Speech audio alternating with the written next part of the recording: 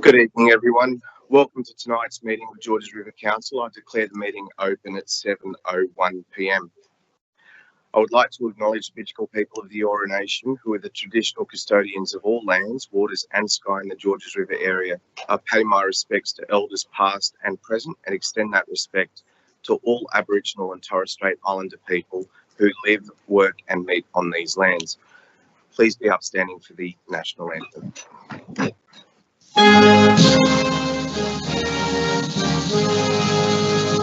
Australians, oh, let us rejoice, for we are one and free.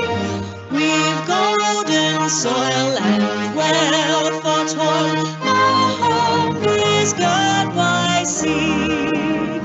Our land abounds in nature's gifts of beauty, rich and rare. In history's page, let every stage advance Australia fair. In joyful strains that let us sing, advance Australia fair. Beneath the radiant Southern Cross, we'll toil with hearts and hands to make this Commonwealth of ours renowned of all the lands. For those who have come across the seas, we've boundless plains to share. With courage let us all combine to advance Australia fair. In joyful strains that let us sing, advance Australia fair. Please remain standing for the opening prayer, which tonight will be led by Reverend Ross Ryan from St. Mark's Anglican Church. Thank you, Reverend. Amen. Let's pray. Our Father God in heaven, we thank you for the great privilege we have to live here in the St. George region. As our council meets tonight and we as citizens look on respectfully, we thank you for the freedom to be part of representative government and the responsibility of collective decision making. Lord God, with this in mind, we see that these men and women before us, our councillors, elected by our own hand, reflect the best of our aspirations and our promises to one another to live well together. Please help us as citizens to respect them, to honour these councillors as we honour each other, and to trust them to strive together for our shared good in a suffering world. Lord God, we thank you for the settled peace in which we live and move and have our being, for our families here, our homes, our friends and our community, for the small blessings in each day sweetening our troubles. We thank you for the bonds which tie us together and the connections which give our lives meaning and purpose and hope. Please help our councillors to serve us with you in mind, to speak the truth in love for our benefit, to avoid the very real temptation of self-interest, to cultivate our trust rather than corrode it, and to be representatives of their people yet accountable. Please grant us wisdom for all the decisions we make, which affect those we serve and are responsible for. Grant us your peace and show us your love. In the name of Christ Jesus, I pray. Amen. Thank you, Reverend. Please be seated.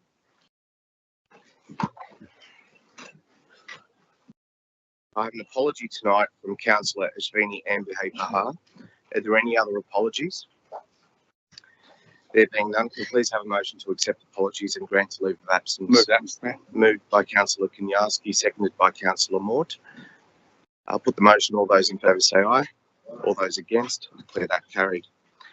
There were no requests tonight to attend by audio-visual link. Staff and public are reminded that this meeting is being recorded for minute-taking purposes and is also being webcast live on Council's website. This recording will be made available on Council's website. The order of business is as shown in the agenda. Council's Code of Meeting Practice prohibits the electronic recording of meetings without the express permission of Council. I have a number of disclosures of interest tonight, and there's quite a few, so I won't read them out, but I'll allow staff some time to have that up on the screen for everyone to view and scroll through them slowly.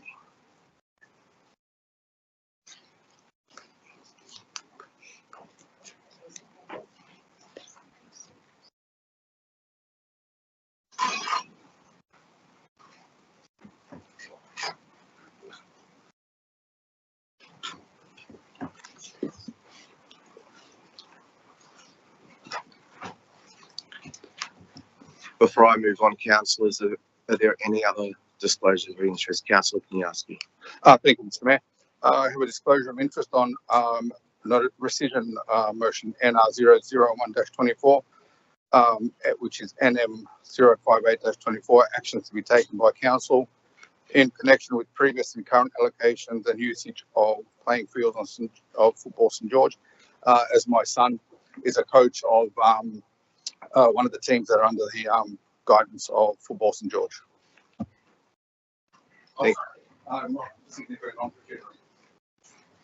Non-significant non-pecuniary for Councillor Kaniarski. Councillor Smoothie. Thank you, Mr. Mayor. I've got several disclosures of interest as well. I've got two for ENV 025-24, endorsement of biodiversity character and FSPA planning proposed for gateway determination. I've got a special interest disclosure there as I live in that area. And I've also got a significant non-pecuniary for the same motion because a family member of mine owns an investment property in that proposed area. I've also got a special disclosure of pecuniary interest in item ENV 030-24, endorsement of additional and diverse housing planning proposed for gateway determination.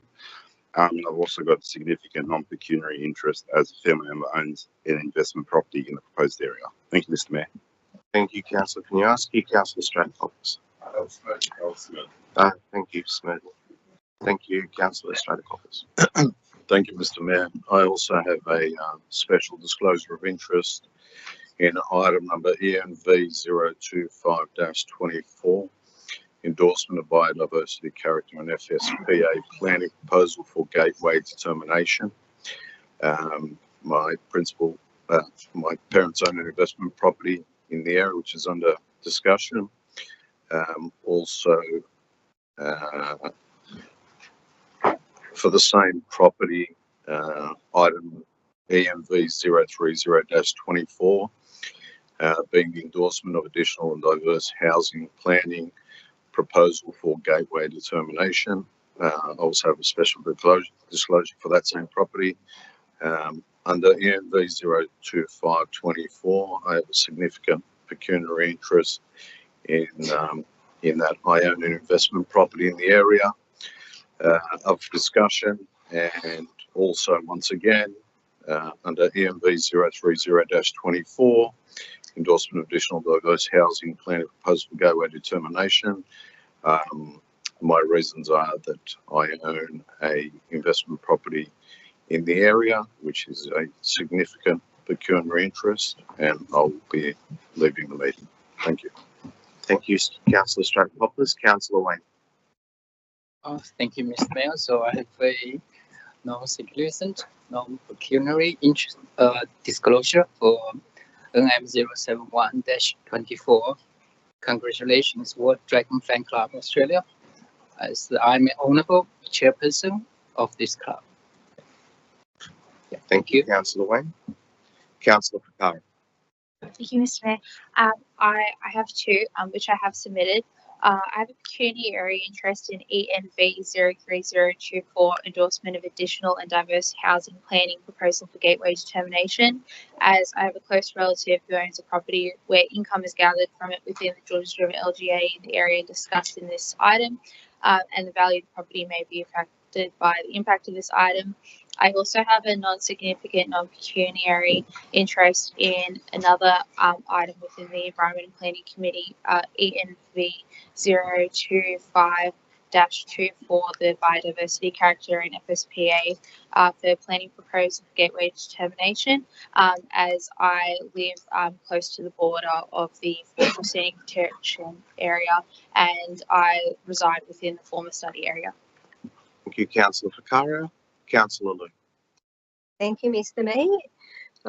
The same thing, I wanted to declare the special disclosure of pecuniary interest for ENV 024-24, 030-24, because my primary residence falls into the area, and I wanted to declare significant and the pecuniary interest to those two provision as well, because I've got an investment property falls into the area. Thank you. Thank you, Councillor Liu. I also have a special interest disclosure regarding item ENV 030-24, endorsement of additional and diverse housing planning proposal for the Georges River area LGA. The special disclosure is of pecuniary interest that my primary place of residence, which I am a joint owner in, is under the proposed LEP. All these disclosures, for the record, have been uploaded into council system. Sorry, Councillor Morts, before I've also got a disclosure which I submitted just before our meeting, and it's on CCL 048-24, the Environment Planning Committee meeting held on the 8th of July, and ENV 025-24, endorsement of the biodiversity character for an FSPA planning proposal for gateway determination, non-significant, non-pecuniary, as I live in the FSPA, and there are no changes to the controls proposed for my property.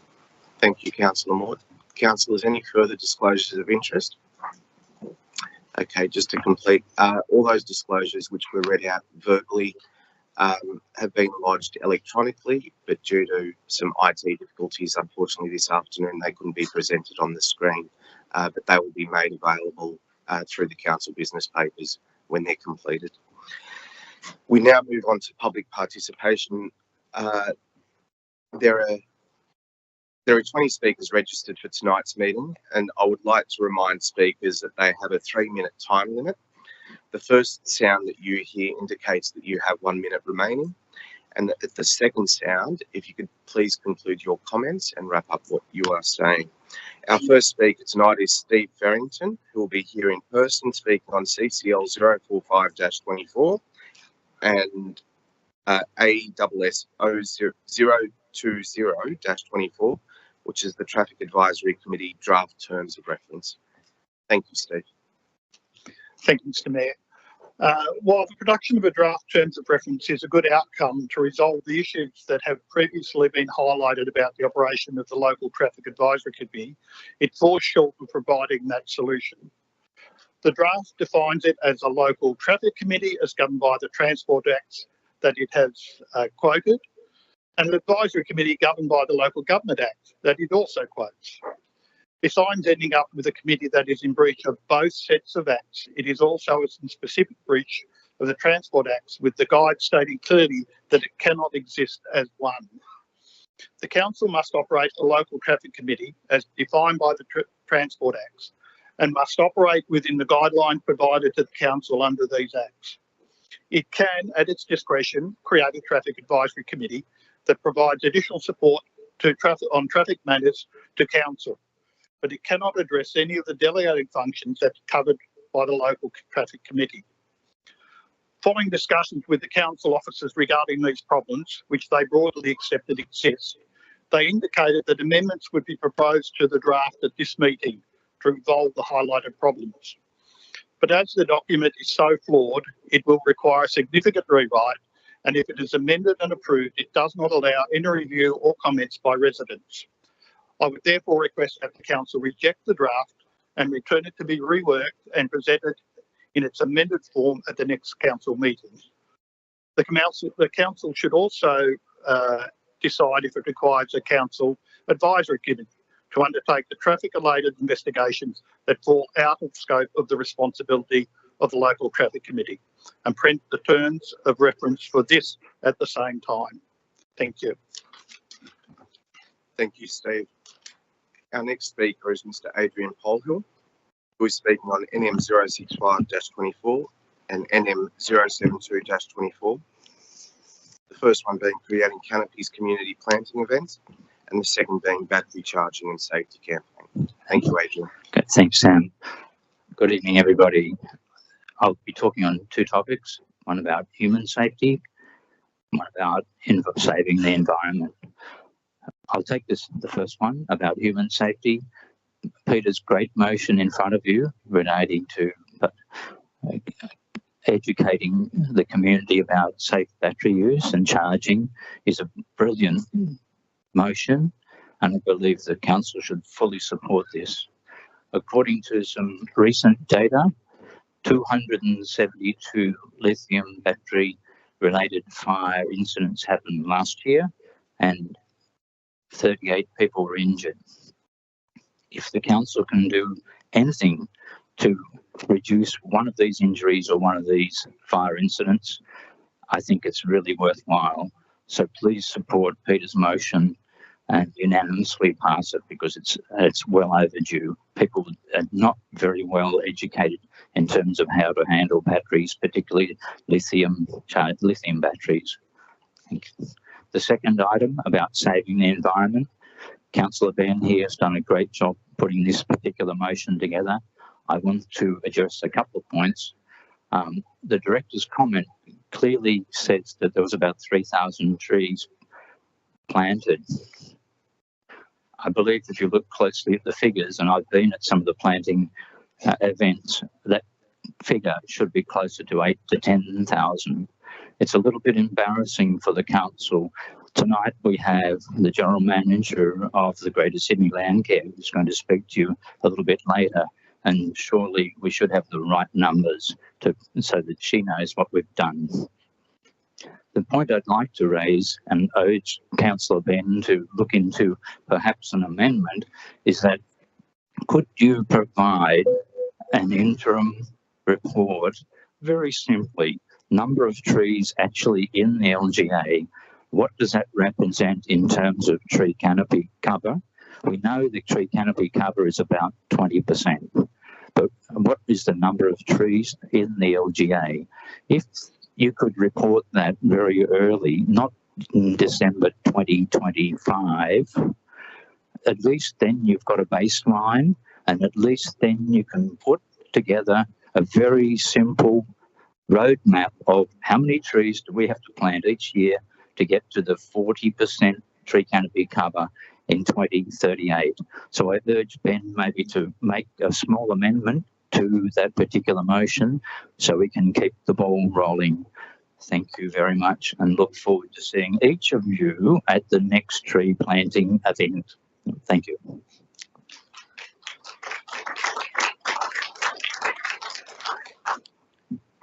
Our next speaker, Sean Wood, speaking on NM 069-24, abandoned shopping trolleys. Thank you. Hey everyone. I'm here today to discuss an issue that has been plaguing our beloved community of Hurstville and surrounding areas, and it's with great concern that I address the growing problem of shopping trolleys being abandoned across the streets. This matter is not only an eyesore but also a significant hazard to our residents and reflects the neglect from the businesses that own these trolleys. As we walk through our neighbourhoods, it is disheartening to see these trolleys littering our sidewalks, parks and even roads. These abandoned trolleys obstruct pathways, making it difficult for pedestrians, especially those who have disabilities, parents with strollers and the elderly, to navigate our streets safely. Moreover, they pose a serious risk to drivers, as trolleys are left on roads and can cause accidents and damage to vehicles. Beyond the physical hazards, these abandoned trolleys contribute to the degradation of the community's aesthetic appeal. Hurstville is a vibrant, beautiful place that we are all proud of and call home. When trolleys are left scattered around, it creates an impression of neglect and disregard for our surroundings. This impacts our quality of life and diminishes the pride we take in our community. It is imperative that we hold accountable the businesses whose trolleys are causing these issues. These companies have responsibilities to ensure that the trolleys remain within their premises and do not become a burden to the community. It is unacceptable for the businesses to profit while disregarding the well-being and appearance of the neighbourhoods they serve.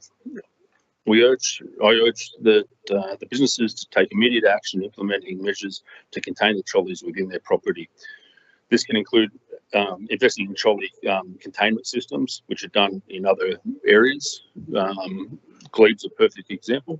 Additionally, we call upon the council to enforce stricter regulations and penalties for businesses that fail to comply with their responsibilities. Together, we can make a difference, and let us work towards a cleaner and safer and more beautiful Hurstville. By addressing this issue, we not only improve our community's appearance and safety, but also foster a sense of responsibility and pride amongst the residents and businesses alike. I can go for a walk every night and take 30, 40, 50 pictures of just random trolleys in just a couple of streets from where I live. They may be a certain amount of time for these to be picked up, take back, but it's just Groundhog Day every day. These trolleys just everywhere. I see people walking more than a kilometre with a loaf of bread in them. It's ridiculous. That's all. We need something to be done. I know it seems like a trivial matter to what's up here, but it's just I know I saw in the community. Yeah. Thanks.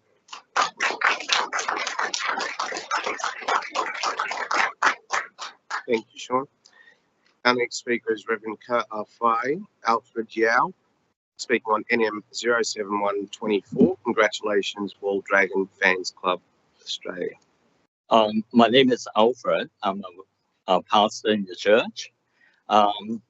So dear Georges River Council, really thanks for your recent support to remember my uncle, Bruce Lee, the memorial service. Yeah, this is very thrilled my heart with the organizer and Councillor Ben and the all the involvement and support. As you know, 20th of July and 27th of November yearly are the days to remember my uncle, Bruce Lee, his birth and death, and his as a global dreamer. In addition to the memorial service on Sunday, 14th of July, I'm honored for Remember Uncle Bruce as the Global Dreamer Forum, co-host with the Georges River Association as Hurstville Salvation Army. His ever success to represent Uncle Bruce as the Global Dreamer. So in future, I would like to look forward the partnership for the River Council ongoing, and to collaborate with my as an uncle as his nephew, and also Councillor Ben Wen as his involvement, and all those or every local and global fans.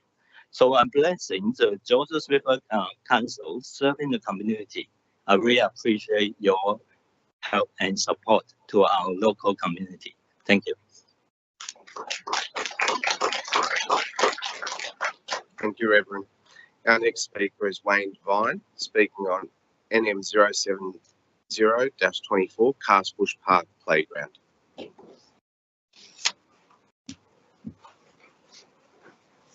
This one? Yeah. I'm here to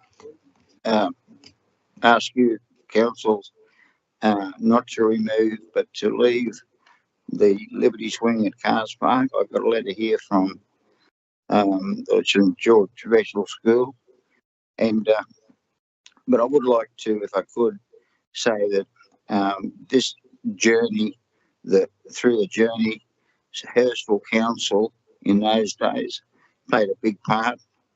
They had all documents done, people to test the swing, certify it, check it. My councillors in those days were Brian McDonald, Bev Girdle and Philip Sanson. Kevin Green became the new state member. He was there when I demonstrated the swing. but it all started back when I was building playgrounds. And I built a big playground out at Richmond. When I went to this playground with my young boys at the time, a lady came along with 2 able-bodied children and one in a wheelchair. The way we used to build the playground in those days were 2 pine logs filled with softball. The kid couldn't get to the end of the equipment, and there was nothing there for her to play. And I resolved to try and fix that problem.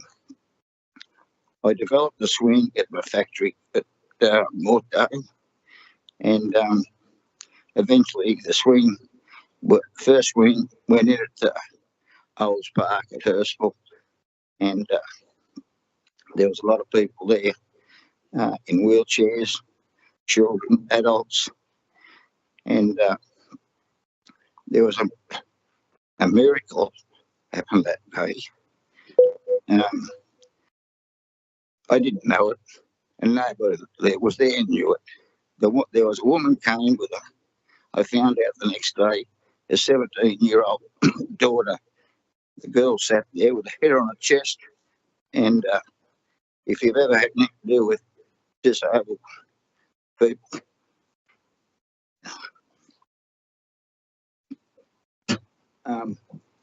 if you had anything to do with disabled people, they get frustrated, they chew the fleshy bits in there, which this girl did. The mother and carer were there. They were Muslim. They brought the girl into the gate, and when it was her turn to go on the swing, I took her up, put her on the swing, and I looked into her eyes, and there was nothing there. I mouthed to her mother, "Is your daughter blind?" Yes, she was. And that's the end of the story, I suppose. Continue? Finish off. All right. Anyway, the woman, after the kid, as I said, chin was on her chest, sort of blind, went onto the swing. The swing's designed to, when you lift the ramp of the swing, it goes back 250 mil to allow the ramp to go into a well in the ground. And the swing went back. I pushed it back up more, it came forward. And this girl lifted her head up off her chest and started to laugh and laugh. Anyway, she was on it for 3-4 minutes, not much more. Didn't stop laughing all the time. She came off that swing, went with the parents and carer, not the father wasn't there, the mother was, and the carer went to the van, got in it, went away. The next day, I was worried about the swing being burnt, which has happened to a lot of playgrounds. And the mother and the father and this girl happened to turn up. And I said to him, look, I want to say I'm sorry. I said, I don't know what happened yesterday. Oh, she said, please don't apologise. My daughter's 17, and yesterday was the first time I'd ever heard her laugh. So the swing has a lot of benefits. That happened when I went to France to put the first swing over there. The doctor, the mayor was a doctor. A girl got on the swing and started shaking her head violently. And I said, I've never seen that reaction before. He said, that girl is blind and her brain is like a GPS. She registers here and then it's there. Anyway, within 3 or 4 minutes, she was fine. Look, I've gone below the time. Thank you.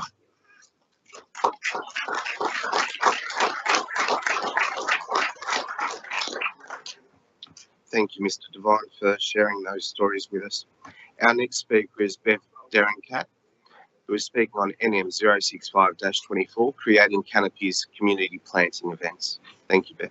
Hi, thank you. Hi, my name's Beth Derencat, and I'm Chair of Greater Sydney Landcare, a not-for-profit community organisation and registered charity. We exist to connect people to the environment of Greater Sydney. and support their efforts to protect, restore and improve it. One of our key projects is Creating Canopies, which is run in partnership with Anchor New South Wales and funded by New South Wales Government under the Greening Our City program. Creating Canopies aims to reduce urban heat by planting native trees and shrubs in the LGAs of Sydney with less than 30% canopy cover.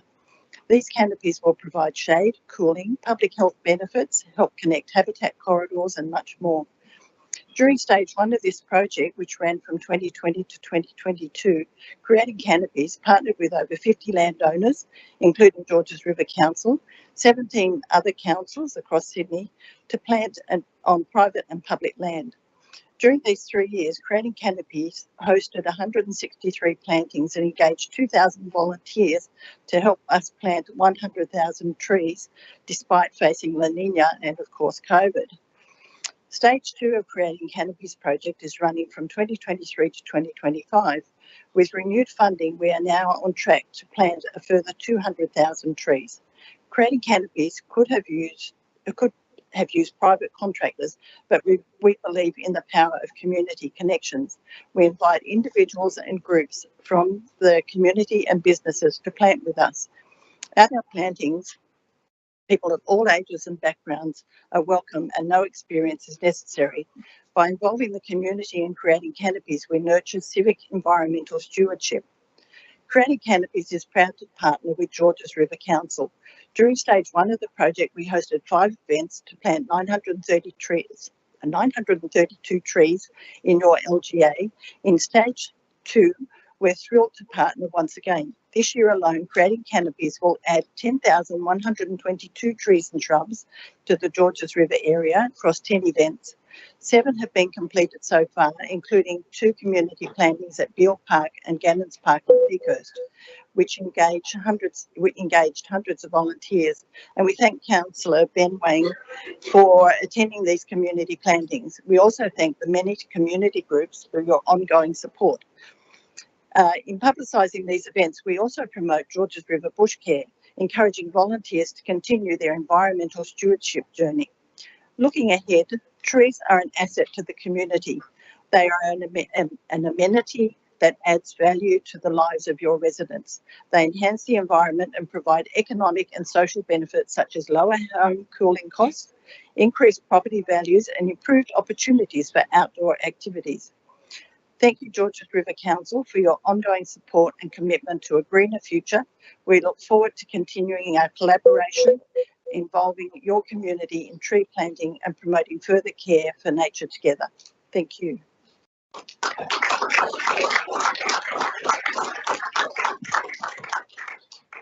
Thank you, Bev.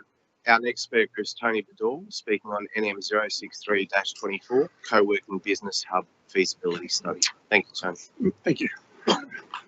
Good evening, everyone. I'm here on behalf of the Executive Committee of the San George Business Chamber to express our strong support for the upcoming notice of meeting NM 063-24 concerning the feasibility study for establishing a co-working business hub in the Georges River area. As an active member of the San George Business Chamber and a dedicated supporter of our local business initiatives, we believe this project holds significant potential for our community's economic growth and development. The concept of co-working business hub aligns perfectly with the evolving needs of our local businesses, entrepreneurs and freelancers. And more importantly, from my perspective, aligns perfectly with the Chamber's 4-pillar strategy. Pillar number 2. Such a facility would provide an innovative, flexible working place that fosters collaboration, creativity and entrepreneurship. This in turn will stimulate economic activity, we believe, create job opportunities and attract diverse talent to our region, which is much needed. A co-working hub offers several key benefits to the Georges River business community. 1, support for local business and startups by providing affordable and flexible workplaces. The hub would lower the barriers to entry for startups and small businesses, enabling them to thrive in a supportive environment. Number 2, promotion of collaboration and networking. The shared workspace model encourages interactive and collaboration among professionals from industries, leading the exchange of ideas, partnerships and innovative solutions.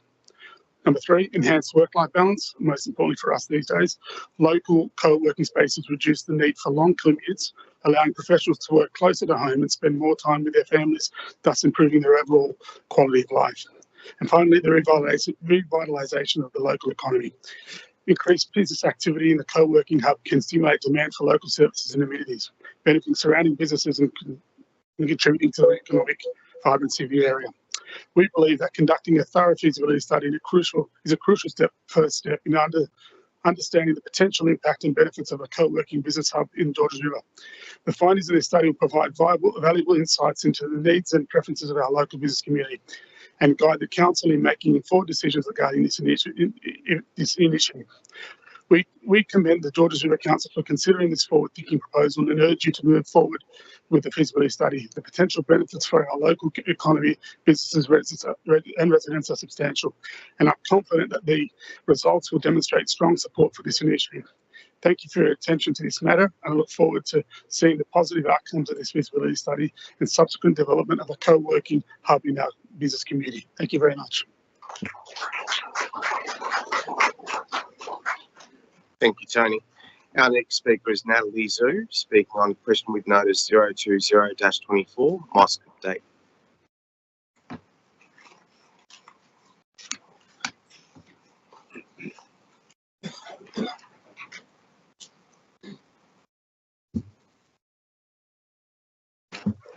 Thank you. Good evening all. My name is Natalie and I'm residing at Botany Street in Carlton.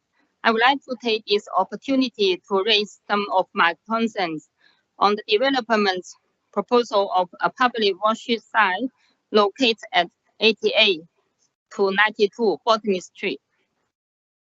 Firstly, the developer has removed the entire roof and most of the walls of the existing building and was reported to the council beginning of this year. This is a serious breach of the rulings applied in the Land and Environment Court decision. Please, can we please have a solid update on the investigation?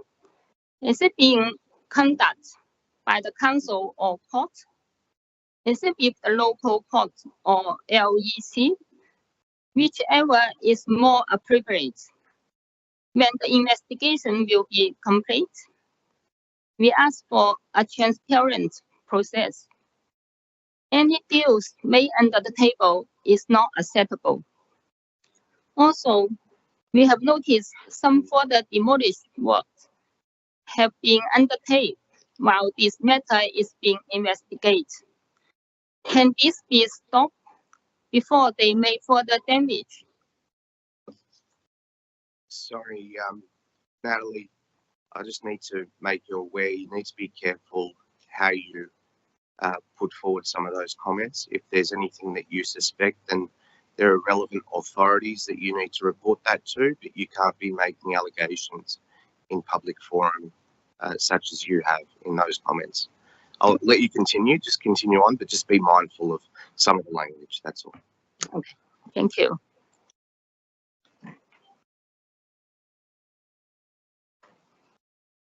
The developer is not showing any intention to obey the rules and not preparing to keep their promise. We don't have any confidence on the 106 conditions laid by LEC. Secondly, the developer lodged a further DA application for lighting on the same site while the approved allegation is being investigated. We have serious concerns on potential lighting pollution and breach of privacy securities around the site. It's absolutely not acceptable to sideline or overturn LEC conditions by lodging further DA application. Finally, the prolonged process of monitoring this development application and actions they have taken on site has given all our local residents extreme stress at an unbelievable level. The impacts of our daily lives and mental health are not measurable. Thank you for listening and your time. Thank you.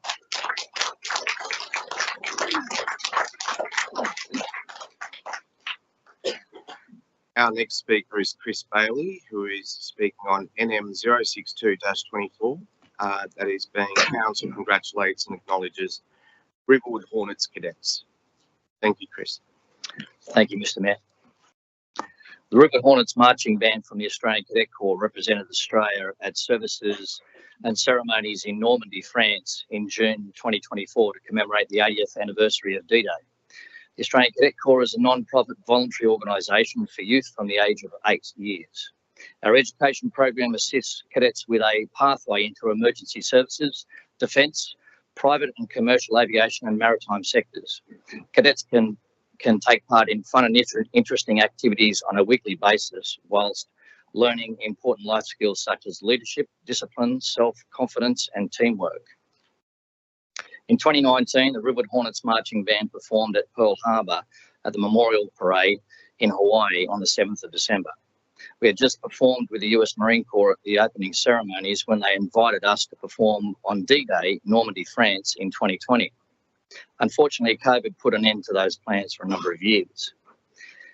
We must have made a good impression as they invited the Riverwood Hornets to represent Australia at the 80th anniversary of D-Day in Normandy, France on the 6th of June 2024. We understood the significance of this invitation. We were the only Australians present at these historic events, representing the 3,300 Australians who played a crucial role in the invasion landings on D-Day on the 6th of June 1944. In France on the 6th of June, the cadets performed at the American Cemetery in Brittany, Normandy, honouring the fallen soldiers with a musical tribute and mass band performance of a tune called Hymn to the Fallen, which our young cadets performed brilliantly. 7th of June saw the band captivate audiences with a concert performance at St Mary Glees, a town that holds significance as one of the first to be liberated by Allied forces. 9th of June, the band performed at the 80th anniversary parade in St Mary Glees. The Riverwood Hornets continued their journey to Paris, where they played a concert with other bands on the parade.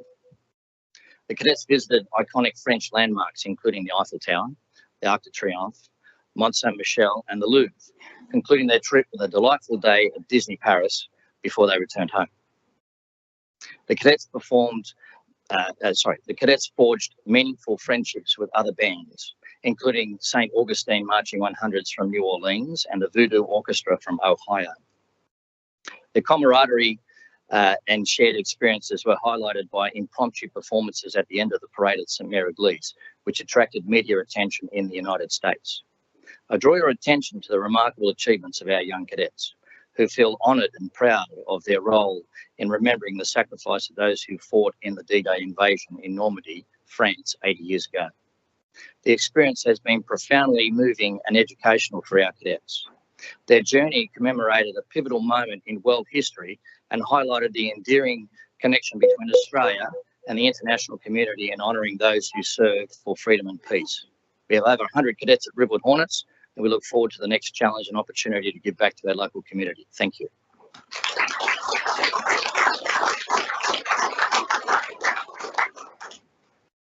Thank you, Chris. Our next speaker is Leanne Madden on NM 067-24, Public Decorative Lighting. Thanks for the opportunity to address Council in support of the motion for public decorative lighting. Lights, action, activation. Throw in some decorations and the place will come alive. All this goes towards creating a positive mood and atmosphere, making places like Penshurst Shopping Village desirable and safe to visit. Increasing the number of visitors benefits both the community and local businesses. Lighting, appropriate lighting that is mindful of our nocturnal wildlife, can be year-round and doesn't have to be event-driven. Leaving options for decorations throughout the year, example Christmas, Diwali. There are so many options to reflect and celebrate our local cultures. Let's make Penshurst pretty. Thank you. Thank you. Our next speaker is Suzanne Lisson, speaking on NM 065-24, Financial Implications of Bush Care in Hurstville Ward.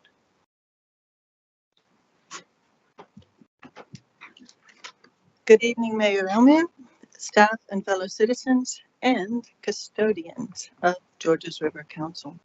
I support Councillor Wang's notice of motion to increase funding for Bush Care in Hurstville Ward. There's been a need for volunteer Bush Care group in Hurstville Ward for many years. Our council is the only one, our ward is the only one that doesn't have this necessary infrastructure. Black Forest Reserve in Beverly Hills and Timothy Reserve next to Hurstville Oval desperately need the backing of a Bush Care officer to maintain these sites. Kempt Field, when completed, will also require a band of dedicated volunteers that are interested in its thriving native plantings. Providing small bird habitats in these large parks will be beneficial to wildlife as well as for the well-being of our citizens. A long-term commitment needs to be made for another Bush Care officer to be available to maintain council native tree plantings, parks, and reserves throughout our council. Beale Park in Peakers is another large planting that has recently had huge support from locals, which will need ongoing maintenance. Our population is rapidly increasing, and we need the necessary infrastructure to look after our environment. Careful funding can also provide environmental education in Hurstville Ward by a Bush Care officer, local volunteers sharing their knowledge, as well as signage and consistent messages from the council about the importance of our local bushlands. Knowledgeable and thoughtful planning and maintenance of our community gardens and all public places is a very important visual reminder that we value the time, commitment, and money that our citizens have placed on the importance of having a thriving natural environment in our busy suburbs. At Hurstville Station, there's a beautiful imagery of bushlands at the ramp to the station. Wouldn't it be wonderful if this small park could be planted in native vegetation that highlights the unique plants that are endemic to this area?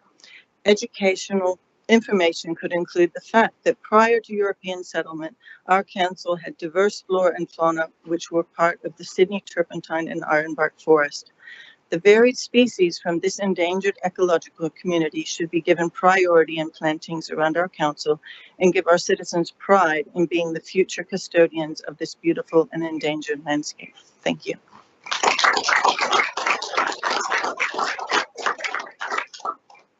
Thank you, Susan. Our next speaker is Nikki Paris, speaking on NM 067-24, public decorative lighting.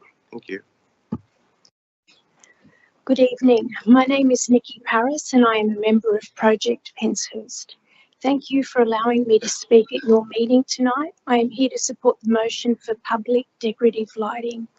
Project Penshurst is a community group that has been working closely with the council to improve the Penshurst Town Centre. We have also engaged with the Penshurst community through meetings, surveys for the business owners and the locals, and via our Facebook page, where residents can comment or send private messages.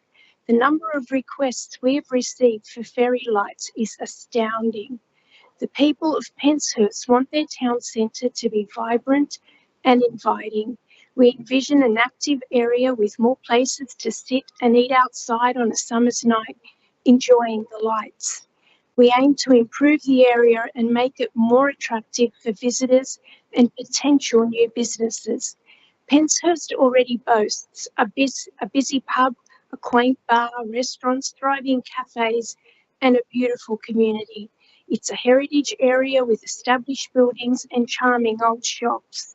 Adding lights at twilight would bring joy and a sense of achievement to our community.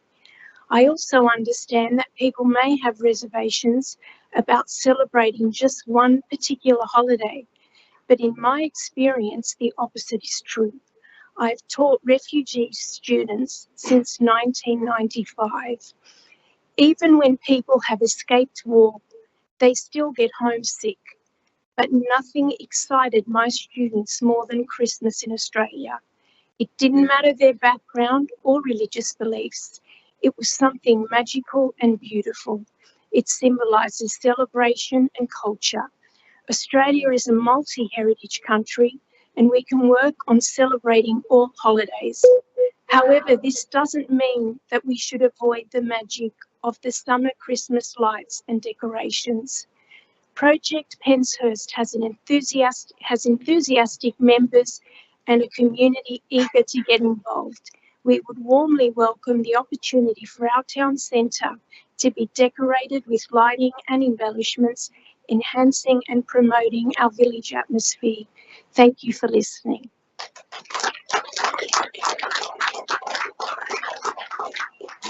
Thank you, Nikki. Our next speaker is Craig Cunningham, speaking on question with notice 020-24, mosque update. Thank you, Craig. Thank you. Firstly, I'm not here tonight to discuss the decision made in December 2022 about the Land and Environment Commission's approval of the development of the mosque. However, we acknowledge the development has been approved. However, this is subject to certain conditions which the applicant has breached. These conditions are standard for all developments across Georges River LGA. The objectives are not to only ensure the quiet enjoyment of the neighbouring residents, but also the safe environment for workers and neighbours alike. We call upon the councillors and staff to be transparent and confirm what, if any, actions is to be taken against the applicant for issues of non-compliance. If these are set to be set an undesirable precedent for the development across the LGA. From my perspective, I seek an update in the status of the investigation into the alleged unauthorised work at 88 to 92 Botany Street, DA 2019/0644. I seek a copy of the investigation and the matter to be put in the public record. Has the council also issued a development control order? I'd like to find that out. Does the council have the capability to monitor the non-compliances currently that we seek to find that information? If the actions found by the developer have contravened the Environmental Planning and Assessment Act of 1975, I would expect the council to take immediate action and uphold the DA from proceeding. Thank you.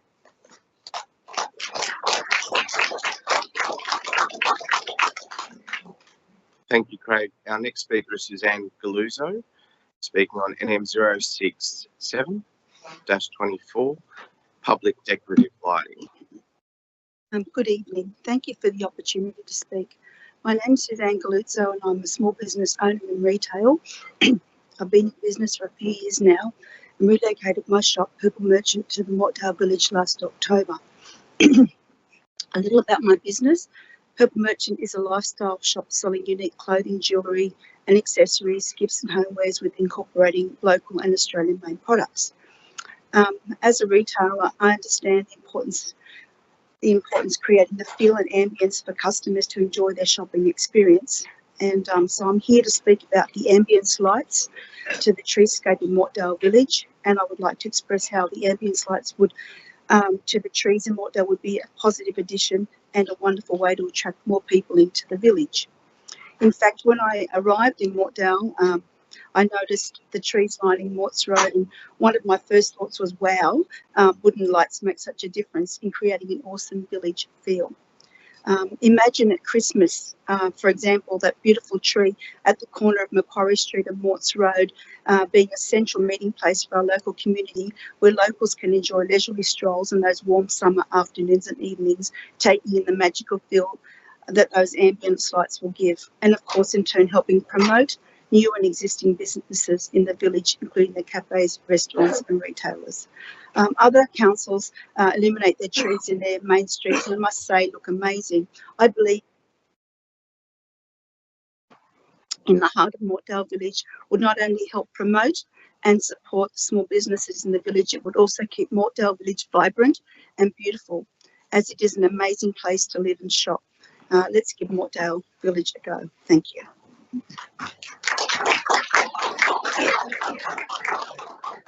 Thanks, Suzanne. Our next speaker is Stephen Carlisle, speaking on question with notice 021-24, Turunga Terrace, Beverly Hills.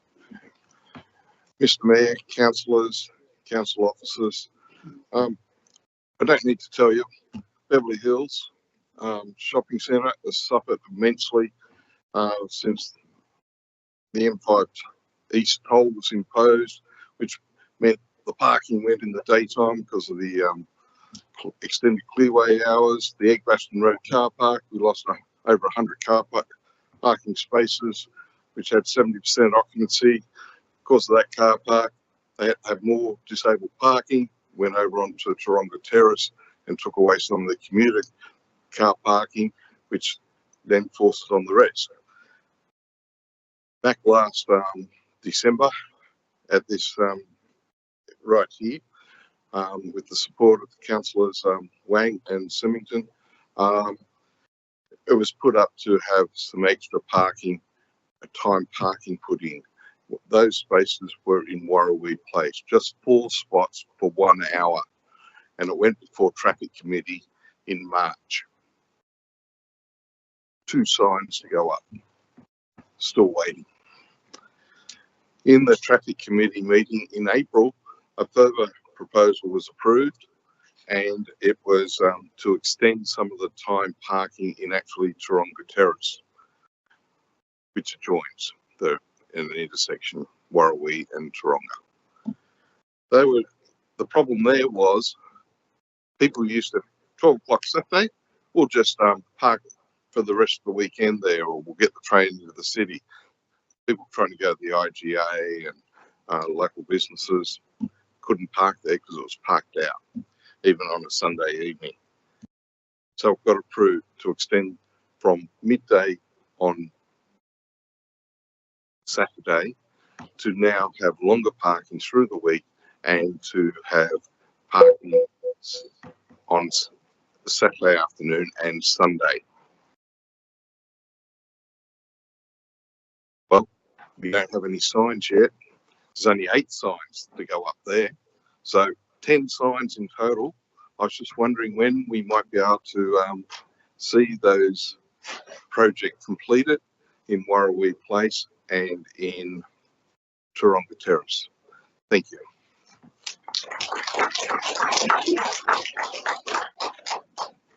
Thank you, Stephen. Our next speaker is Alan Haig, speaking on CCL 045-24 on the ASS 020-24 Traffic Advisory Committee draft terms of reference to do with a traffic committee item. So, thank you, Vicky. August 9, 2024 marks 18 days away and the 1-year anniversary since the business precinct of Durham Street, Hurstville, between Roberts Lane and Forest Road last experienced normal trade. The Durham Street business community have been providing essential services for over 70 years. Our dry cleaning and funeral services are located at 118A and 118 Durham Street, Hurstville. Along this street, we also have 2 auto repair shops, a 100-year-old Scouts Hall, and at one time a mattress retailer. All the owners of these businesses have been established here for at least 35 years. This is not just a pop-up business hub, it is a deeply rooted community. On August 9, 2023, after arriving at the business, I was surprised to find newly painted line markings with no prior notice of road closure or works. The new markings contradicted the long-standing signage that had been in place for over 35 years. Further investigation revealed that no consultation letter had ever been issued to the business community. On the issue of proposal to reinstate parking, 100% of the on-street parking was lost overnight, 31 allocations. Since 5 parking spots have been reinstated, that's only 16% of what was originally available. Others altered and restricted by AM and PM periods of no stopping. The proposal mailed to residents and business owners on the 8th of April 2024 clearly stated the installation of a 20-metre median island along the centre of Durham Street, directly in front of driveways and premises 118 and 118A Durham Street. This island will impede access into both driveways regularly used. 118 Durham Street is a funeral home with transfer and hearse vehicles accessing the drive. At 118A Durham Street stands a dry cleaning business with a driveway also regularly in use. This clearly highlights the inability to continue with current use and possibly rendering the rear of the building redundant. The mentioned 20-metre island presented for today's meeting has been altered to 30 metres with no prior notification to residents or business owners. After pressing the council on the progress of the matter, it became apparent 4 days ago the island had extended by 10 metres. In relation to the proposal mailed on the 8th of April 2024, my response clearly stated the urgency of returning parking to the Durham Street business precinct and the impediments and access issues that will arise from the median island. Since the unexpected changes back in August 23, Business has never been the same. I urge Council to immediately reinstate parking along Durham Street and find an alternative to the median island that will not be detrimental to the operation or survival of business. Regards, Alan Hay. Thank you, Vicky. Our next speaker is Roy Wu, speaking on NM 061-24, pedestrian safety measures. Right. Good evening, everyone. My name is Roy Wu, and I'm a resident here in Hurstville. Today, I'm speaking on behalf of my dear father, Raymond, and to an extent, fellow members of the local community regarding the installation of a pedestrian safety crossing in Rose Street. Now, some of you may remember me in the meeting in which I spoke about this motion in October of last year, of which I'm sure Councillor Wang has specific details of if requested. Now, to reiterate, my father runs a tofu shop in Hurstville called Tofu King. You guys should definitely check it out. It's quite nice. Now, it's located just outside the Westwood Shopping Centre, which often sees heightened traffic due to the roads leading in and out of the complex. This traffic is a cause of concern for the safety of not only our customers, but also that of surrounding businesses and those leaving from Westfield. Vehicles entering and exiting the ramp into the building often do so at high speeds, and many a customer has commented that they feel uncomfortable with crossing the road due to this fact, also being inconvenienced as the nearest guaranteed said crossing is located quite a distance away on Forest Road. We believe that the installation of a basic pedestrian crossing would mitigate this issue, and we've gathered a supporting petition from both community members and business owners in the vicinity. This petition has already been provided to the council. While I am aware that this motion has already been approved, with the timeframe for completion provided, I beseech the council to consider accelerating the progress of said motion where possible from its current projected completion date of financial year 2025 to 2026. As when it comes to the safety and peace of mind of our fellow locals, it's always better sooner rather than later. That's all I've got to say for now. Thank you all for your time and attention, and thank you especially to Councillor Wang for your support on this matter so far. Thanks.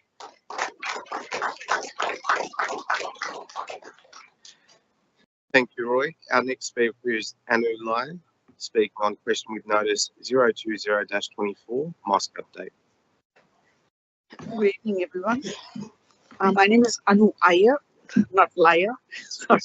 Iyer, sorry. Iyer. And I'm here to speak in relation to DA 2019/0644. This relates to the proposed development at 88 to 92 Botany Street, Carlton. I reside adjacent to the proposed development. While I understand the need for the growth and progress, I believe that this project is not really helping the community at the moment. As the closest neighbor, I'm particularly concerned about the impact on our daily lives, including the ability to enjoy our home and outdoor space without constant disturbances. I would like to point out few inconveniences that we have faced in the past few months. I work from home most of the time and require a quiet environment to maintain my productivity. There were days when I was not able to take calls or attend online meetings due to the noise. And the rodents take refuge in our homes as they are displaced due to the demolition activity at that site. This is a huge health risk and significant nuisance to us. Sometimes the laborers do not dispose of their takeaway food packages properly, and I've seen them scattered in our driveway and front yard. They may need to carry it with them to dispose it off if there is no means to leave them in a closed bin. We have had few instances of flat tires in the last few months as the sharp objects like nails and screws from the demolition site has been left behind in the off-street parking area or possibly in our driveway. This has caused safety hazard and financial burden to us. We have also noticed that the shopping trolleys are being left behind in the pavement after the commencement of the demolition work. Along with other community members, we have brought to your attention about parking, noise pollution, and disturbances earlier. We are concerned how the council will be able to control everything once the development is complete and the crowd starts to use the facility.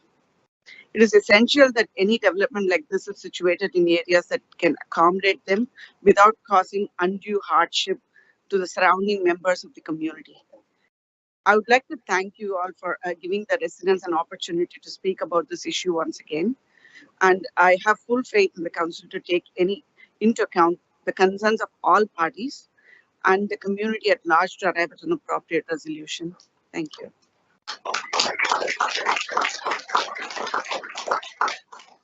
Thank you, Andy. Our next speaker is Mr. Simon Chan, speaking on NM 064-24, New South Wales Multicultural Principles. Thank you. Good Simon. evening, Mayor, councillors. Before I begin, I'd like to acknowledge the Digital people of the Eora Nation and pay respect to the elders, past, present, and emerging.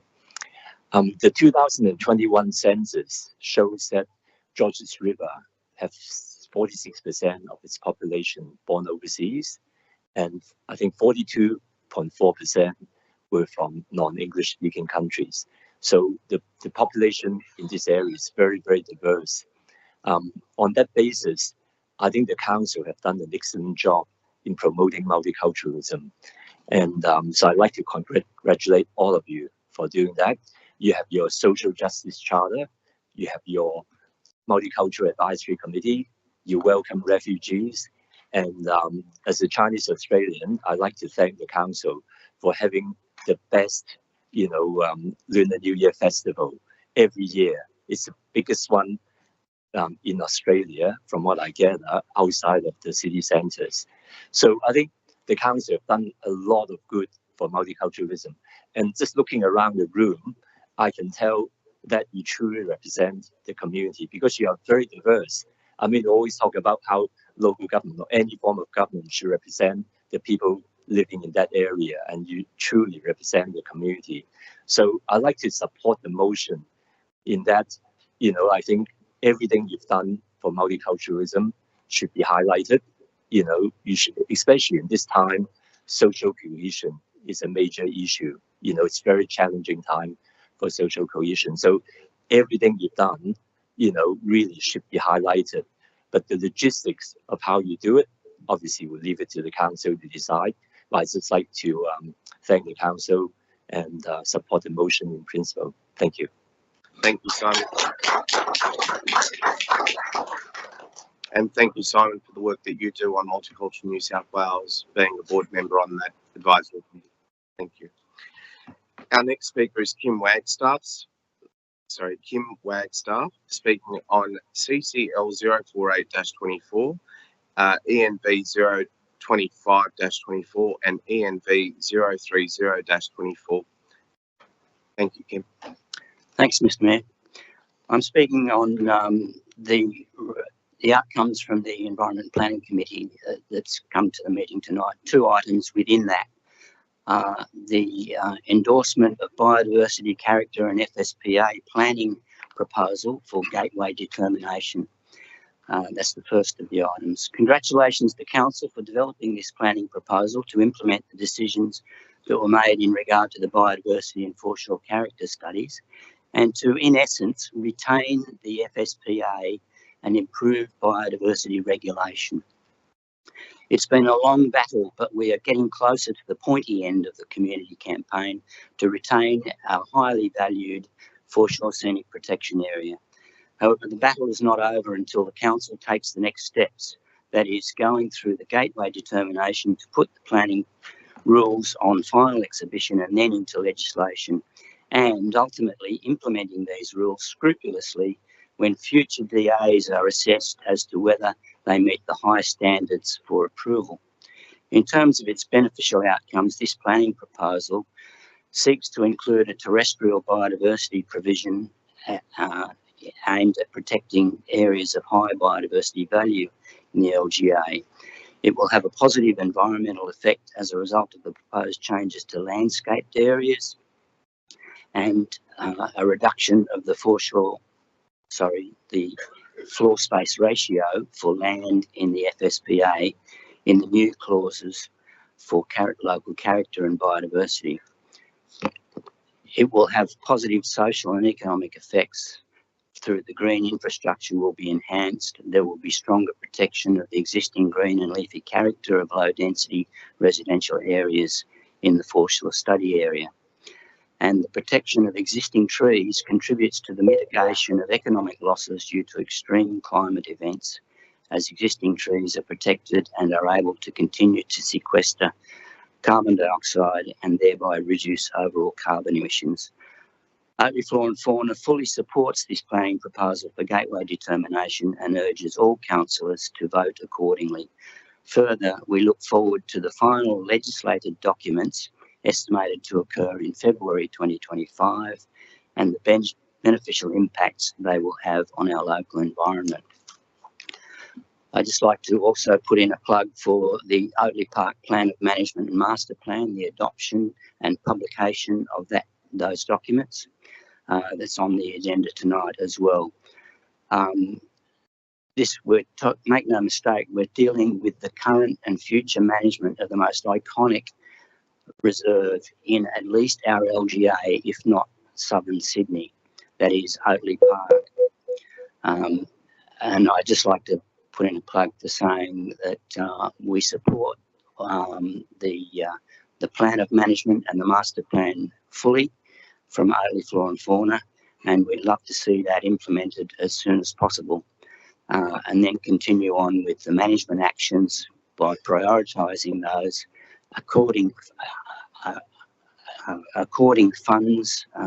awarding funds to those actions, and then undertaking them to carry on the good condition that Oatley Park needs to be in to satisfy the values that the high value that the community holds this park in. Thanks for your attention. Thank you.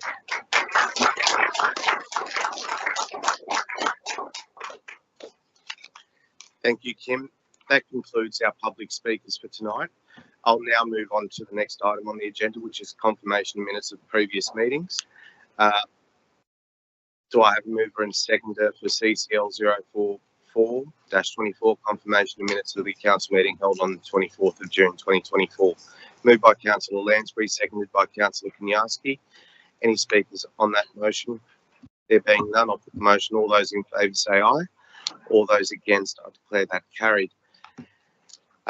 Brings us to mayoral minutes, of which I have two tonight. The first mayoral minute is a thank you and congratulations to staff of Georges River Council for organising such a wonderful and successful event, being the Uncontained Arts Festival in Cogra over the weekend. Councillors and public, I do have the body of that up on the screen. Do I? No, but I'll read it out. For the past 3 years, Georges River Council has curated the award-nominated Uncontained Arts Festival, a dynamic 3-night celebration held in Cogra. This event is not just a festival, it's a canvas of creativity, bringing together our community in an electrifying atmosphere that fosters unity and contributes to the economic development of our local government area. The festival showcases interactive light installations, live artists, music, sensory exploration, food and family-friendly entertainment in an inclusive and accessible setting. This event is part of Council's major events program, with staff from Community and Culture and City Futures working collaboratively on the development and delivery for many months to provide this unique experience for the community. Our sponsors, VJB Group and Sydney Water, elevated the event significantly through their generous support and active participation. Their contributions enabled us to enhance various aspects of the festival, ensuring a more engaging and enjoyable experience for all attendees. In its 4th year, the Uncontained Arts Festival did not disappoint, with thousands attending over the weekend despite the weather. While Saturday was unfortunately cancelled due to the extreme weather conditions, Friday and Sunday saw many community members, in particular families, participating in all of the activations on offer. Crowd favourites included Fantastic Planet by Amanda Parham, a large-scale light-up inflatable figure crouching down to inspect the crowds. Mammoth by George Buchanan, an interactive kinetic swing where participants' movements caused the glowing moth wings to flap and bloom by sway.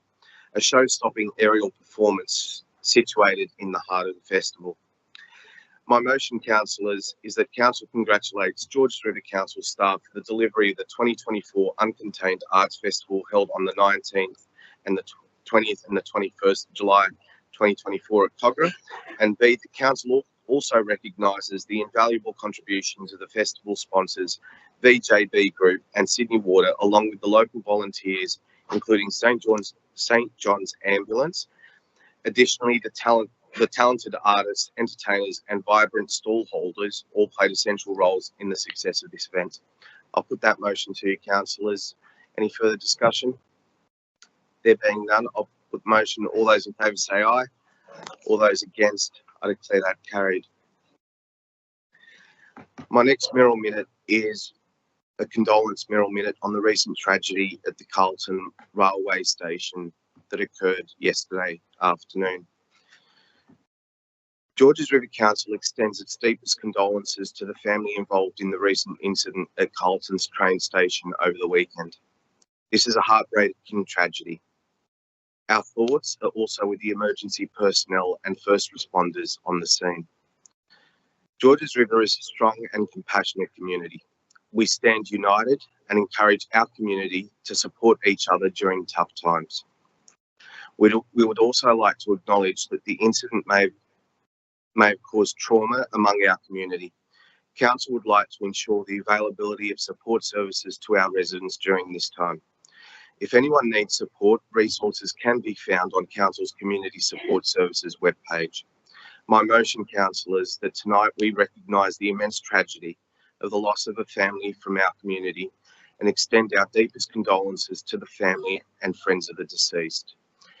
We will be upstanding for a moment's silence after, sorry, there's one more condolence motion to go, but I'll put that motion to you, councillors. Any discussion on it? There being none, I'll put the motion. All those in favour say aye. All those against, I declare that carried. We'll move on to condolences, of which there is one. Councillor Kaniarski. Thank you, Mr. Mayor. I stand here before you in respect of a dear friend of mine. Can you hear that, please?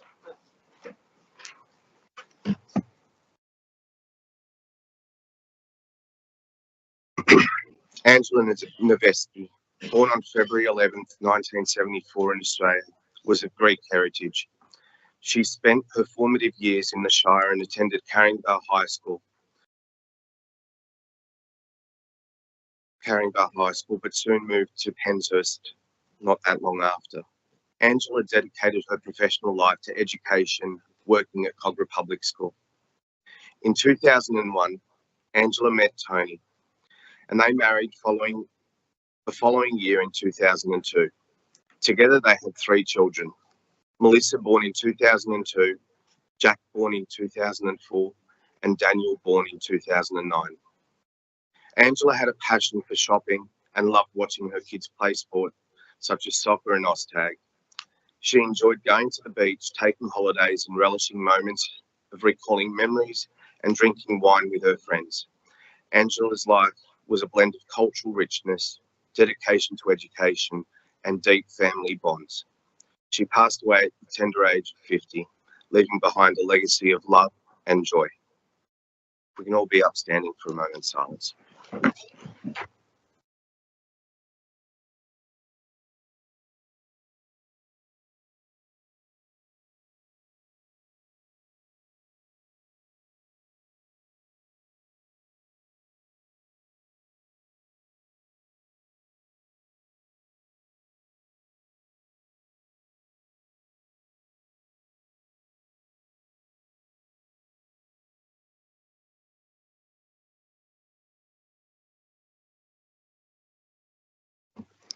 Thank you. You may be seated.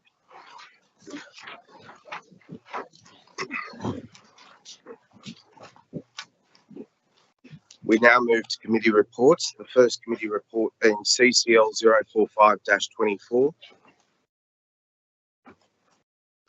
Report of the Assets and Infrastructure Committee meeting held on the 8th of July 2024. Councillor Kaniarski. Thank you again, Mr. Mayor, and I apologise for a moment ago. I'd like to move the recommendation to the Assets and Infrastructure meeting held on the 8th of July on items ASS 021-24 and ASS 022-24 as per the recommendations in the report. Moved by Councillor Kaniarski, seconded by Councillor Smerdley. I'll put those items, put that motion. All those in favour say aye. All those against, I declare that carried. Councillor Kaniarski. Thank you again, Mr. Mayor, and thanks to Steve Farrington for your correspondence and your presentation. I'd like to move ASS 020-24, Traffic Advisory Committee draft terms of reference with the amendment which is about to come up on the screen.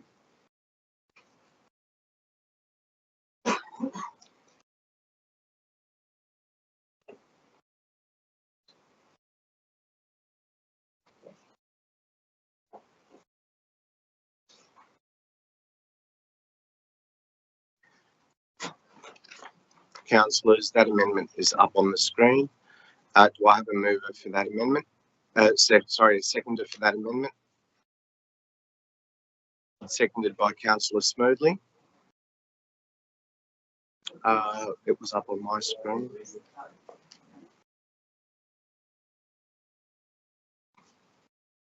There you are, councillors. So moved by Councillor Kaniarski, seconded by Councillor Smerdley.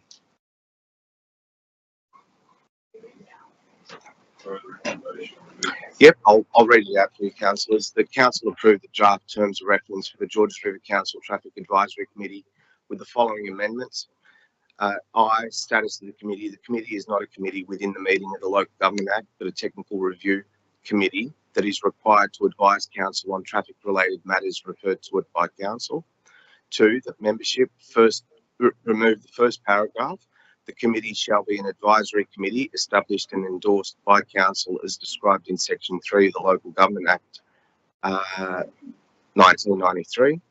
3, proceedings, replace first paragraph with the administrative provisions contained within the Transport for New South Wales document, a guide to the delegation of councils for the regulation of traffic, including the operation of traffic committees apply.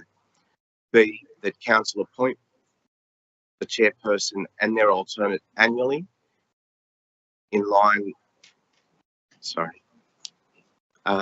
with all other elections of the Committee of Council, and see that the Georges River Council Traffic Advisory Committee is no longer webcast.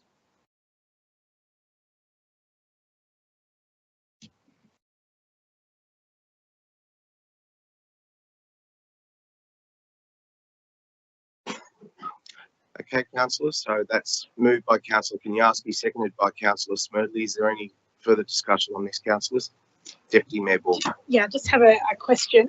The Speaker made reference to the draft terms of reference being in conflict of the Transport Act and the Local Government Act, inferring that the two acts were sort of contravening each other. Could we just get a comment from Council's General Counsel, please, in relation to those comments? I'll direct that to General Manager, and then we can go from there. Through you, Mr. Mayor, I might call on James Fan to comment on that, if you don't mind. Thanks, James. Through you, Mr. Mayor. As dealt with by the amendment proposed by Councillor Kaniarski, the reference to Section 3 of the Local Government Act was incorrect and is proposed to be dealt with because there is no traffic committee as defined under Section 3 of the Local Government Act. But otherwise, the matters relating to what is defined under the Roads Act or the Road Transport Act, I'll have to take the matters raised by the Speaker on notice. Thank you, James. Councillors, any further discussion on it? Councillor Johnson. Yeah, I don't know how to say this delicately, but I think this is the first attempt to fix some of the traffic issues that we've had. And I don't know if people would know some of the issues that we've been discussing behind closed doors, but there has definitely been some discussion, and this is the first of many steps. So this isn't the only thing that we need to do, but I think there's a recognition with two speakers. We've had issues between the community, and it doesn't seem like we're getting the information through. So I think this is a really good step forward. But I empathise with the speakers, and I think we are working on it. You're just not going to see it in a very blatant way, but there is lots of work being done behind closed doors. Thank you, Councillor Jamieson. Councillor Lansbury. Mr. Mayor, I have a question. I guess it's more of a clarification. Mr. Fan just said that part 2, the reference to section 3 is not correct, I think. Is that what you just said? And you might need to take some of it under advisement from some of the points that the speaker raised. So I'd like to suggest that we defer this until those matters were resolved.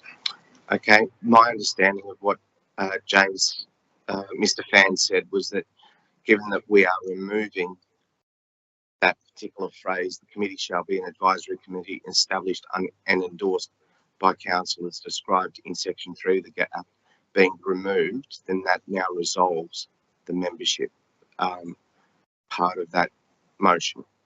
Is that correct, Mr. Fan?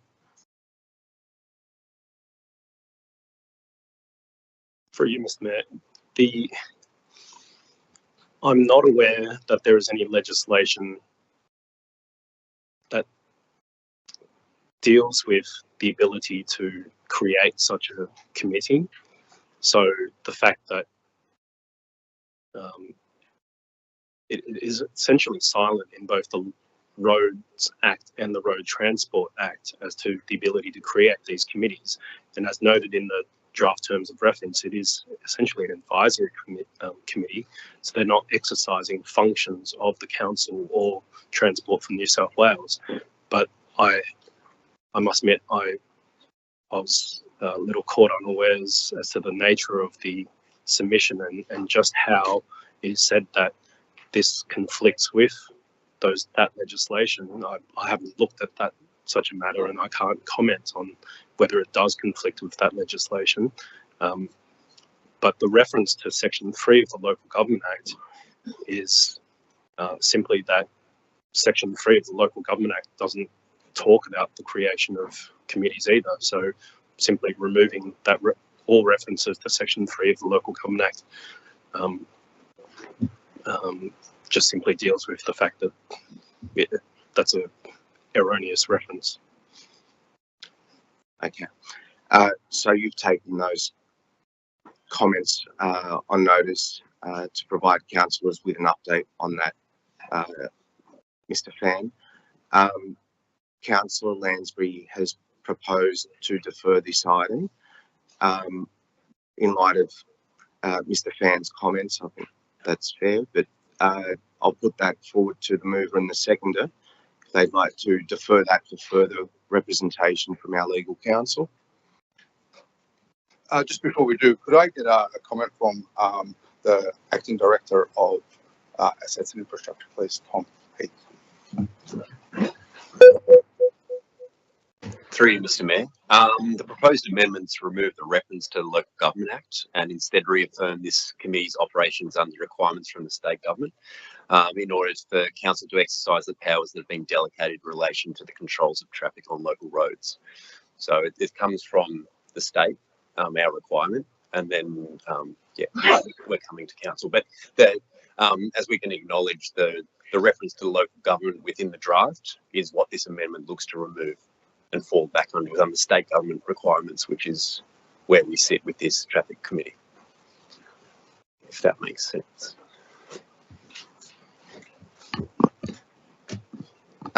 If I can paraphrase it, it's not a regulation under the Local Government Act, but more so a requirement for state, well, it's a state requirement that we run such a committee, and that's why we're removing the reference to the Local Government Act in that amendment.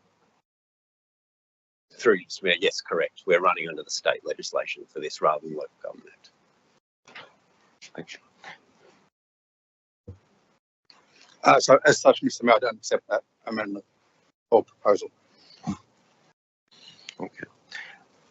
I'll put that. May I ask a question, Mr. Mayor, please? Sure, Councillor Fakara. Thank you. Just quickly, is this just because this is the last meeting that we're having? Before we go into caretaker, is this the sort of motion where we wouldn't be able to deal with it in any of the upcoming council meetings, and it would be left until after the election? Just curious about whether we'd be dealing with this at the next meeting or whether it would be left to the next council, please. It would be, if it was to be deferred, it would be for a suitable time, I think, for councillors to be given a briefing to undertake further information on what's being presented tonight, and can be dealt with at a later date by the next term of council, and even the next meeting if we need to, given that it doesn't have any significant financial implications on the council. Councillors, I think in light of the information that's been provided, we can possibly benefit from more information from the staff to be provided to us, and therefore wait for them to get back to us on further information. If you were to consider that, Councillor Kaniarski. Upon reflecting over the comments of the questions, and I'm getting a nod, so yes, okay, I accept that. We'll defer that. So, Councillor Kaniarski accepts that this matter be deferred and be presented to councillors as a briefing with more information to be provided to councillors from legal counsel and acting director Heath. Councillor Smedley, do you accept that?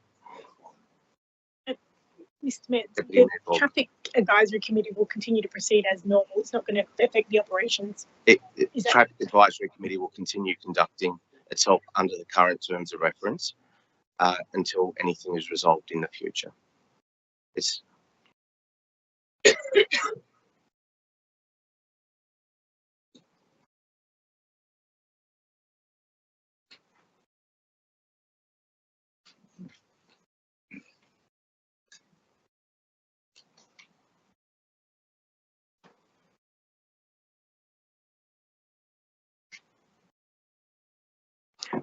okay, councillors. Motion now being that this item be deferred for the future council meeting. For a future council meeting, after councillors receive a briefing from staff, I'll put the motion. Any further discussion, councillors? There being none, I'll put the motion. All those in favour say aye. All those against, I declare that carried.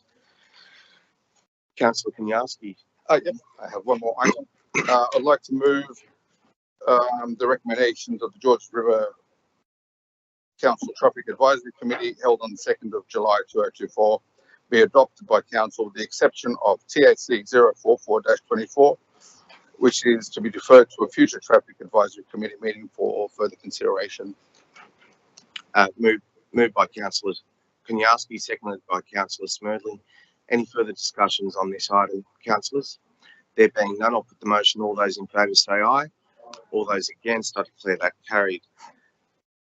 That concludes the report of the Assets and Infrastructure Committee meeting. I now move on to CCL 046-24, report of the Community and Culture Committee meeting held on the 8th of July 2024. Councillor Liu. Thank you, Mr. Mayor. I wanted to move for the recommendations for item COM 021-24 to COM 03A to -24 adopted by council. Thank you.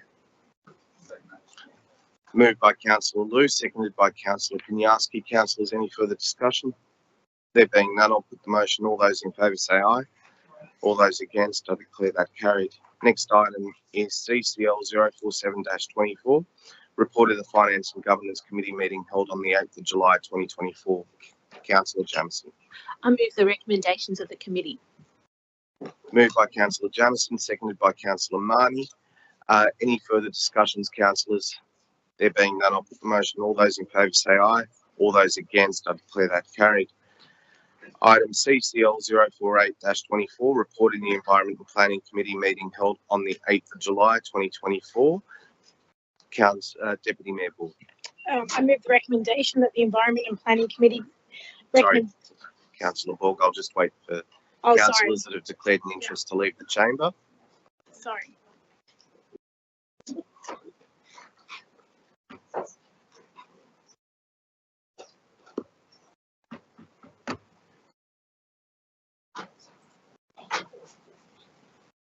Are you moving them in Globo or Councillor Liu? I think you were one of those councillors that's got. Yeah, from what I recall. Yeah, we're dealing with environment and planning now. So we've got 1, 2, 3, 4, 5, 6, 7, 8, 9. We've got quorum. Deputy Mayor Borg. I move the recommendation that the Environment and Planning Committee recommendations for items ENV 025-24 to ENV 0-30-24 as detailed in the report be adopted by Council. Moved by Deputy Mayor Borg, seconded by Councillor Catras. Any discussion on this, councillors? There being none, I'll put the motion. All those in favour, please raise your hand. I think we need to do this. No? Okay, please say aye. All those against, declare that carried unanimously.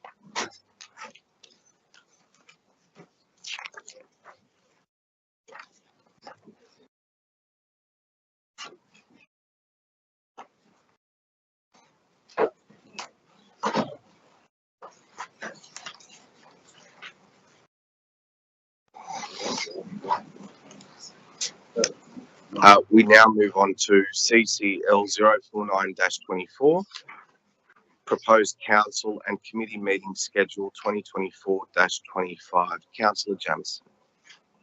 I move the recommendation of the staff with the attached schedule. Moved by Councillor Jamieson, seconded by Councillor Marnie. Any discussions, councillors? There being none, I'll put the motion. All those in favour say aye. All those against, I declare that carried.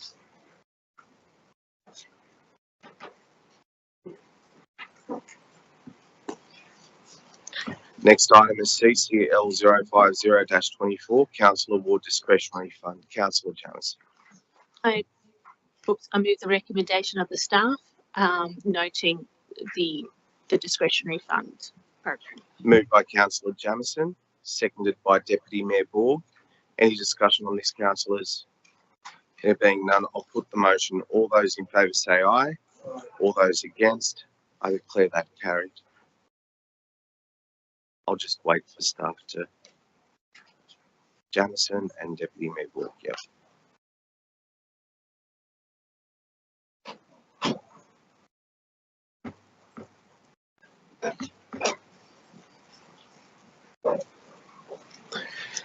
Our next item on the agenda is CCL 051-24, tabling of disclosures of interest returns.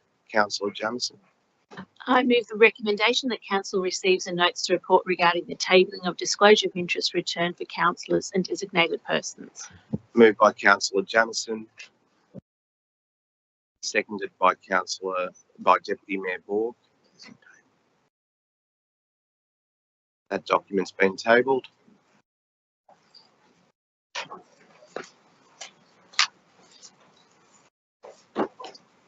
Was moved by Jamieson, seconded by Deputy Mayor Borg.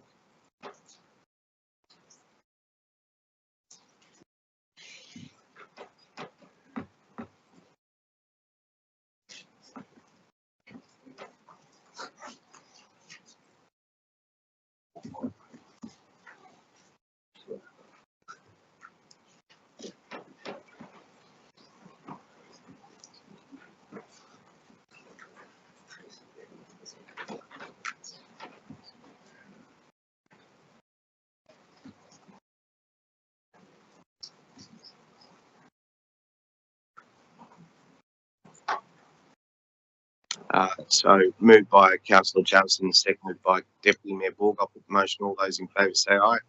All those against, I declare that carried. We now move on to the next item on the agenda, which is notices of rescission, NR 001-24. Actions to be taken by Council in connection with previous and current allocations and usage of playing fields to Football St George. I put it to move Thank over you, that Mr. decision Mayor. motion. Councillor Catras. Before I start, I just want to indicate that we all know how rescission motion works, but for the benefit of the gallery, there's two stages to the rescission motion. First stage is to whether the council accepts to rescind the previous motion, and the second stage is, if they do, what motion goes in its place.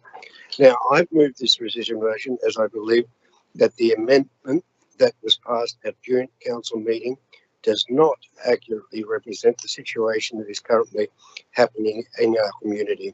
The amendment that was passed at June council meeting only seeks to maintain the status quo with no mention of how to best resolve the issues faced by Football St George.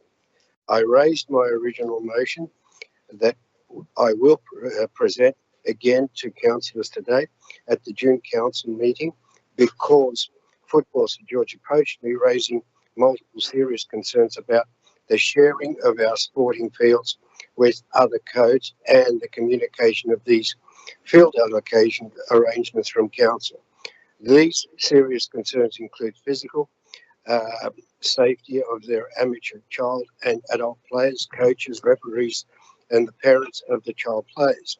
Council's decisions negatively impacting on their capacity to plan into the short and long term regarding the locations of their member clubs will be able to play at and the amount of time allocated to them, particularly when they are facing increased demand for women's and girls football due to the success of women's football teams such as the Matildas. Councillors' demand for the women's teams has grown to almost the long-standing demand for men's teams, which previously was unthinkable.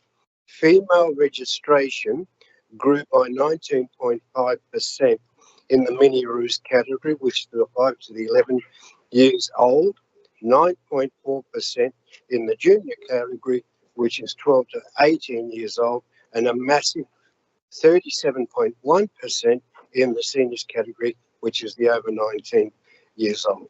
The men's team also experienced I'll call it a modest 2 to 8% increase as well during this time.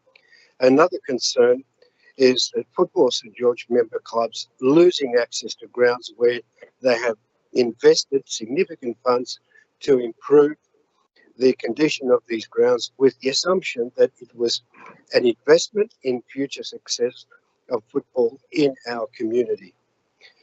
Football St George have advised me that they want to give an opportunity to play football to every person who approaches them wishing to try the sport, and they are currently not able to do so because of the challenges they are currently facing.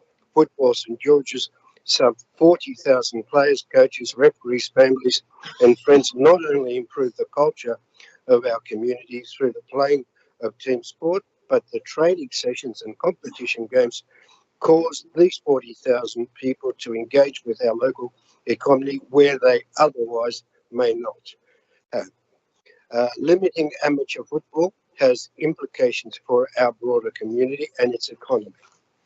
Football St George have advised me that they wish to have a detailed, good faith conversation with council to resolve these serious concerns. I take issue with the amendment passed at the June council meeting because it does not precisely recognise in specific detail the concerns that Football St George are raising, that which Football St George and its member clubs are asking to be resolved in collaboration with council. I believe my original motion best achieves this, and I ask councillors to please support my rescission motion. Thank you. Thank you, Councillor Catras. Councillors, do I have a seconder for Councillor Catras's rescission motion? Seconded by Councillor Smerdley. Councillor Smerdley, would you like to speak to that rescission motion? I'll be brief. Councillor Catras has articulated that quite well. It just, to me, the reason I support this motion is it simply just, to me, doesn't make sense for, heavy duty sports like rugby league and AFL to share fields with football, particularly when it comes to wear and tear. So I'm in favour of that. But I will make a point, Councillor Catras. if we did have that St George Council, we could have had more fields to look for.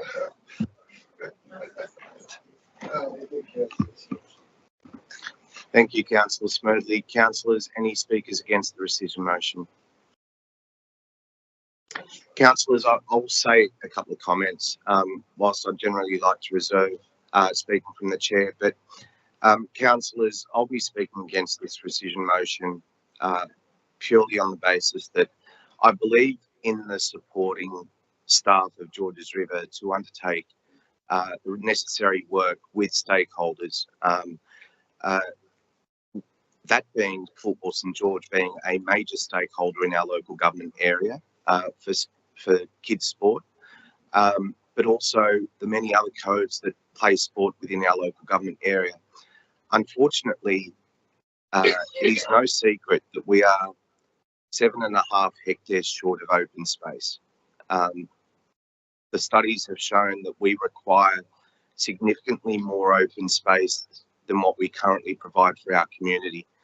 And with a growing interest in playing sports for our younger generations, this is something that is not easy to juggle, but must be juggled by council staff and their allocations of open space to different codes, but also the times that those codes use.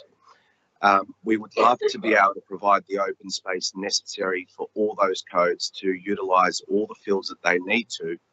And I truly believe that staff will do everything in their power to accommodate the needs of Football St George into the future. And that's why I supported that motion last month, having full trust in the staff to be able to have that dialogue directly with Football St George, but also with the many other sporting codes that need to utilise those fields.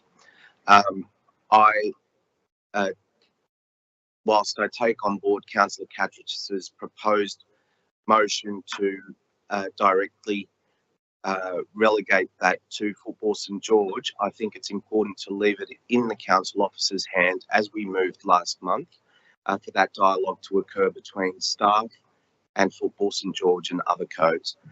It's on that basis that I don't believe that this motion needs to be rescinded, and therefore I will not be supporting the rescission motion. Councillor Catterich, you're right. Oh, any further speakers against the motion? There being none, Councillor Catterich, you have a right of reply. Thank you, Mr. Mayor. I take into consideration what you're actually saying, and I believe and I trust in the council officers to do the right thing and negotiate with all the relevant codes. I really have a concern that the discussions that should be taking place should involve sharing and proper sharing. And I mean, get down, talk about it, let's discuss it. What are your needs and what if I believe that the council office did do that and possibly are going to do it a lot further. I have full, as you say, I have full trust in the council officers because just like you, I was mayor before and I could see how they operate. Now, having said that, my only concern is sharing does not mean displacement. That's the part that I am concerned with. But what happened in Harold Fraser Oval, and I don't know when they're going to go back and when the, what is that called, women's rugby will be going to Todd Park. I've heard rumours that the men at Todd Park don't want the women's rugby to go to Todd Park. And the whole purpose of doing and getting some work done in Todd Park was to make it a facility for both males and females. Now, if they don't want the women to go back to Todd Park, then what's the story? Then the displacement that happened at Harold Fraser Oval is going to remain. I'm putting that to the council officers to consider because I know there was a commitment and there was a definite commitment that when the facilities at Todd Park were built, then the rugby teams would go to Todd Park and the Football St George will have full capacity of the field that they were displaced from. Now, I question if that's the truth or not the truth, but that's what I've been told. I just feel Todd Park is possibly something that should be shared with everyone. I know that. But Harold Fraser Oval was shared in good faith with women's rugby, and what happened with that? I leave that question. Thank you, Councillor Catras. Just for a point of clarification, I've not heard the same rumours that you're hearing, but knowing or discussing matters with former president of the Cougars down there at Todd Park, Cody Gasser, I've known that he's always been open to utilising and sharing fields with other codes in that vicinity. I understand that he formed a relationship with the Connells Point Rovers at some time to utilise fields down there at Todd Park, and you're quite right, it is about sharing and accommodating for each other, but I'm sure that we'll get to that point whilst it may be a rocky road up ahead. Clarification then, question to the director. Can you have a question? My question is, are the women's rugby going to go to Todd Park eventually when it's completed? Councillor Catras, I think that's a preempted hypothetical, but I'm happy to put that forward to Acting Director Tom Heath, who's in the hot seat tonight. Through you, Mr. Mayor. The facility being designed at Todd Park has 4 change facilities, which allows inclusivity of all users to the site, including female users. So I'm unaware of the future hiring arrangement of that. However, the facility is being developed to ensure future utilisation by all sporting would clubs. Football St George have the ability to re-establish what they had in Harold Fraser Island in the past? I think that comes to the essence of the motions that have been before us over the last. I'm just asking for a clarification. Last month. Through you, Mr. Mayor. The answer to that is that we're reviewing, from same answer as last month, we're reviewing all of the ways that we book things out to the community, whether or not there can be shared agreements, which fields there can be shared agreements at, which fields can be split into a 3-night, 2-night fee and charge, which fields, or if all fields, it'll go through the Sports Advisory Committee for comment and consultation with all sporting groups. But looking at hiring out the field, if you hire out the field, you get the canteen as well. So we're currently doing a review of the whole area, which will be presented to the Sports Advisory Committee and then council early next year, so early 2025. Well, So I there's trust. no definitive answer on your question. I trust that that is a good answer on the basis that I trust that you will be sharing it fairly and properly with all the codes without displacing too many. Thank you. Thank you, Councillor Catras, and full admiration for your passionate plea for Football St George there. Councillors, I'll put the motion, the rescission motion forward to you. You are voting on the rescission motion first, councillors, and if it's carried, then we then vote on a motion that Councillor Catras has proposed.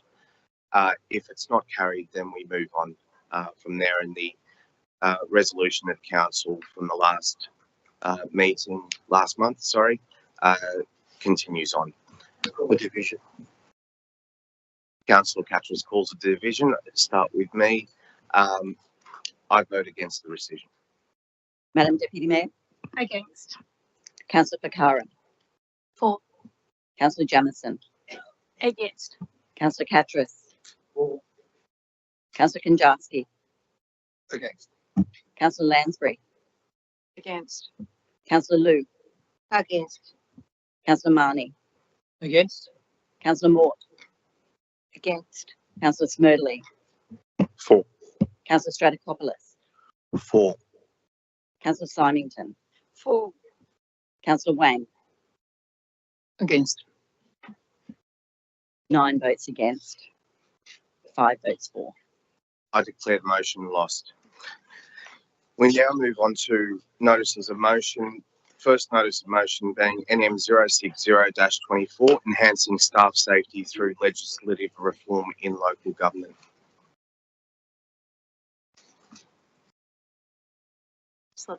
I'll just wait for members of the public to exit.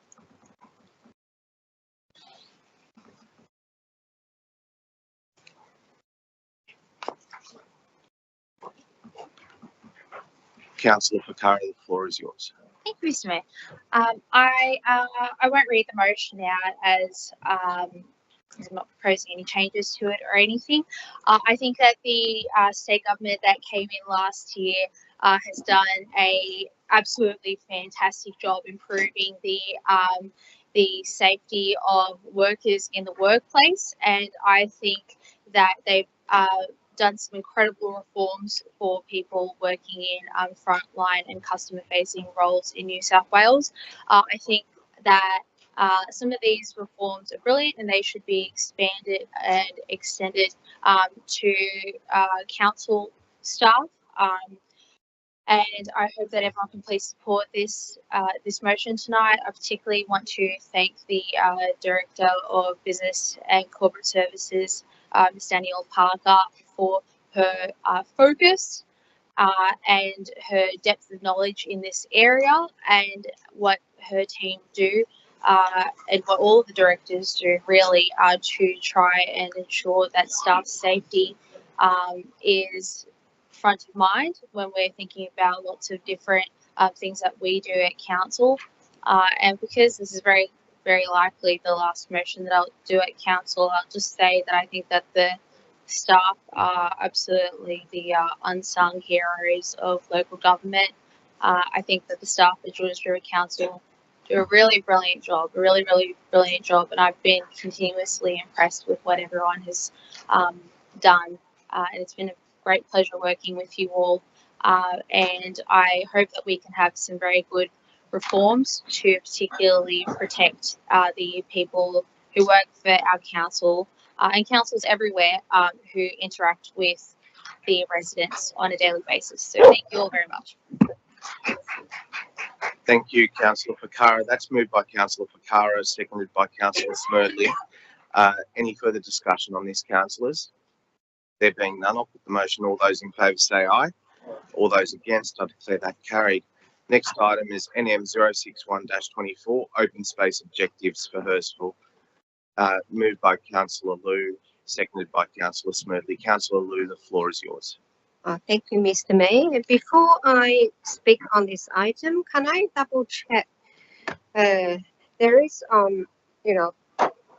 during the public forum speaking, number 17, Roy Wu. Can I double check the item number is correct? NM 061-24. If that number that's related to this item, open space objective for Hurstville, but open forum, the form says that's pedestrian safety measures. I'm just a bit confused. Sorry, Councillor Liu. Yeah, as it is up on the screen, NM 061-24 is the open space objectives for Hurstville, which is the correct item number and correct topic. So do you want to speak to that motion? And then we'll of course, go. I'm going back to my motion, but I wanted to double check that record if we can check, because based on the email from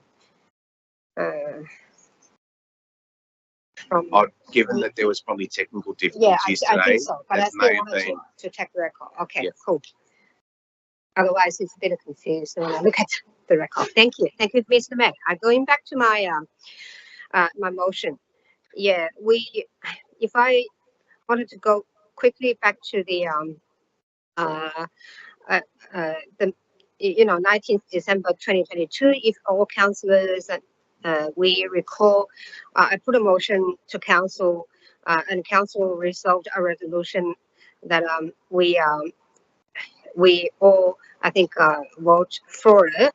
We wanted to write to the state government to unlock any rail and within any rail lands within Hurstville Ward to convert to open space.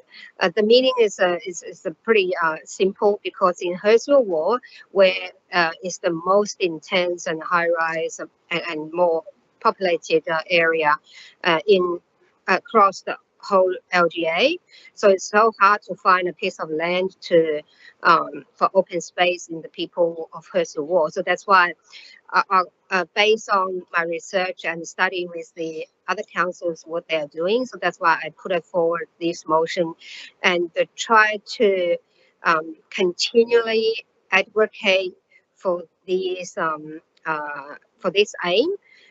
Even back to December 2022, after this resolution, and thank you, our general manager has written to the above ministers and relevant shadow minister seeking their support. So far, we didn't hear anything yet, so that's why I put this back to council. Hopefully, we can still advocate, representing the whole council and councillors support this movement to get it down. Thank you so much, Mr. Mayor. Thank you, Councillor Liu. Councillor Smokey, would you like to speak to it? Councillors, any objection to the motion? Any speakers?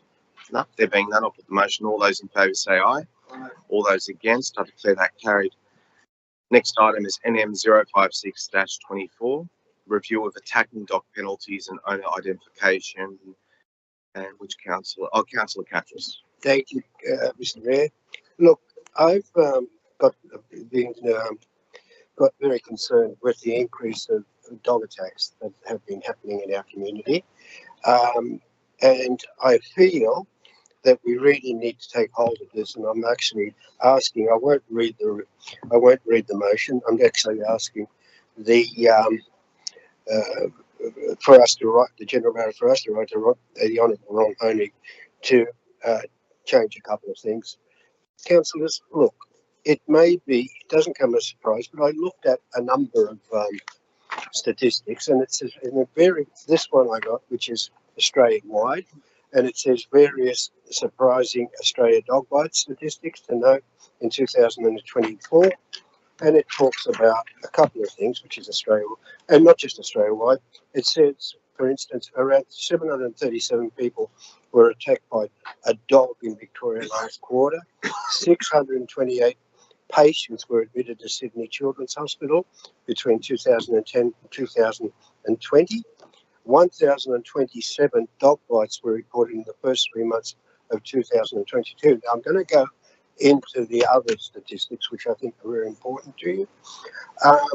Pit bulls, bite rates are highest in children under 5. And that's a very serious matter as far as I'm concerned. Pit bulls top the charts at 10.3. The head is by far the most common body injured at 76.9%. Open wounds are the most common. Hospitalisation durations increase with victim's age, and the longest stay reported is 211 days. Now let's go to New South Wales, which is the current situation. New South Wales has obviously increased. The dog attacks have increased in 2022, the first 3 months of 2022. Now, in the quarter from the 1st of January 2024 to the 31st of March 2000, that's 3 months, councillors. 3 months. Now, some of these statistics might surprise you. There were 1,236 dog attacks. Now, a child is up, which is up to 16 years old. There are 121. This is New South Wales.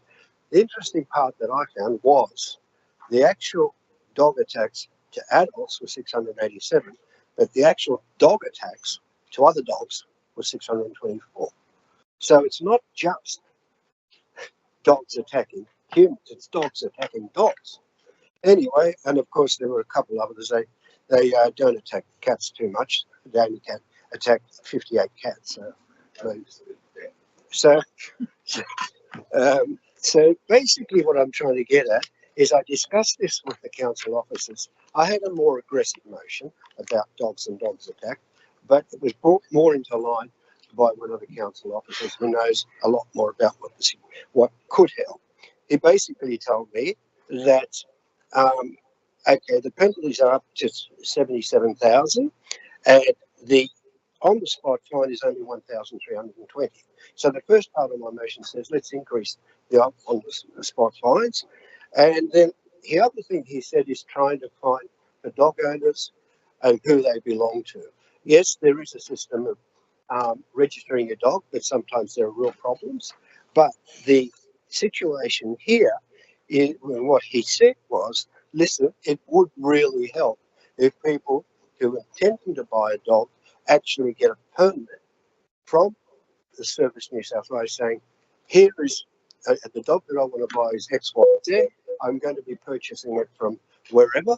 And it's basically a very simple system of keeping a very good record that, and it says here, this is from the director, the additional process would ensure that the purchaser details were recorded accurately and would assist regulatory authorities in identifying the owner of the dog in cases of serious dog attacks or reuniting the animal with their owner should the animal be impounded. So I think there was just another very simple way of chasing up and finding out who the dog owner is and to actually take. The other thing too, of course, is they attack other dogs. So it'd be really interesting to see which dog attacked what and try and for the council office to be able to take necessary action. Thank you. Thank you, Councillor Smith. Councillor Catras, seconded by Councillor Fakara. Councillor Fakara, did you want to speak to that? I think much reform is needed on the Companion Animals Act, and thank you, Councillor Catras, for your motion. Any speakers against? There being none, I'll put the motion. Oh, sorry, Councillor Lansbury. Actually, I'd like to propose an amendment, if I could, Mr. Mayor. I'd like to retain Part I, which is to increase penalties in situations where a dog is allowed to attack people and other animals. I don't think they're actually allowed to do it, but it happens. Leave the wording as that. But my amendment would be to remove Part II, and if I get a second for that, I'll speak to it. I second that, Mr. Mayor. I'll put it first to the mover and seconder. If they accept the amendment, not accepted by the mover, so I'll ask for a seconder to the amendment by Councillor, seconded by Deputy Mayor Borg. Councillor Lansbury. Okay, I'll just speak to this briefly, Mr. Mayor. I understand where you're coming from, Councillor Catras. I know that throughout history you have a bit of a problem. You were attacked by a dog once and you're very concerned about that. Most dog owners are responsible citizens. They just are. Gone are the days of people having a dog where they just keep it tied up to the clothesline in the backyard and throw a tin of Pal at it every night. They just don't. People have embraced their pets so much that you cannot go anywhere without seeing a dog without its name on their lead now. It's just the way that the world's evolved. They live inside with us. Some people allow them to sleep on their bed. I think asking people to have a permit for a dog is really onerous and especially unnecessary. You're meant to get them microchipped. You're meant to register them to the house that you live at.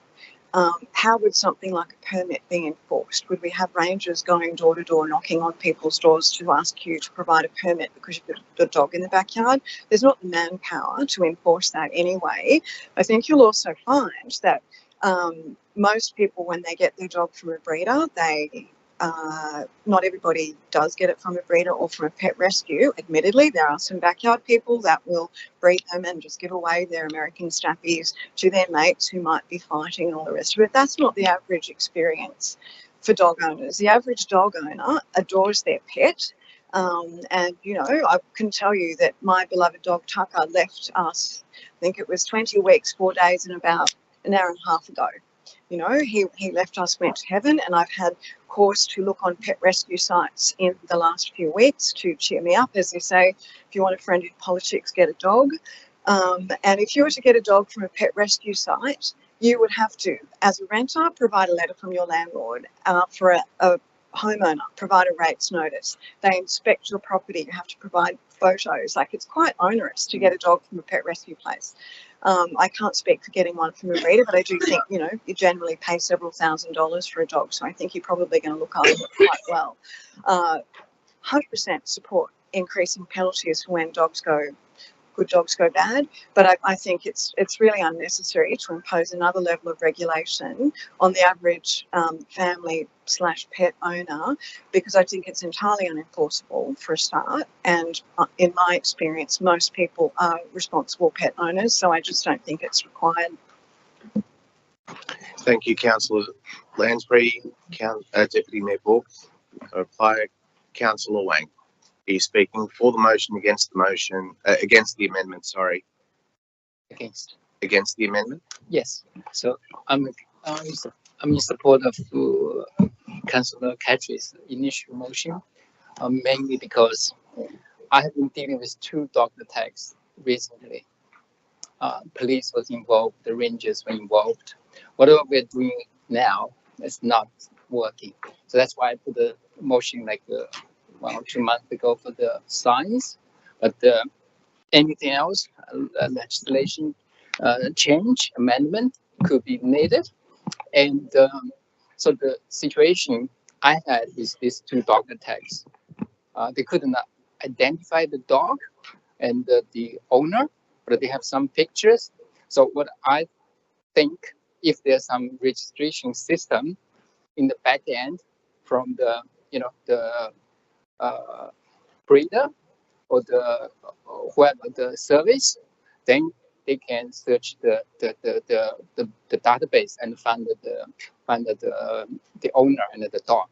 So because now it's a little bit out of control, as some of the stats Councillor Catrice showed. So I have seen the owners at the Campfield in Hurstville. These small dog owners, you know what they carry? They carry this repairment. What did we call that? That the little things to dispel the big dogs, or chase big dogs away. Yes, yes. So I think something needs to be done. A little bit more fine. Probably people don't take notice. So I think we give the idea to the state and see if there's merit in the legislation. It just probably a little bit overhead, but it could help. That's why it came from. Okay, thank you. Thank you, Councillor Wang. Any other speakers? I'll take a speaker for, then I'll take a speaker against. Are you for? For. Thank you, Mr. Mayor. I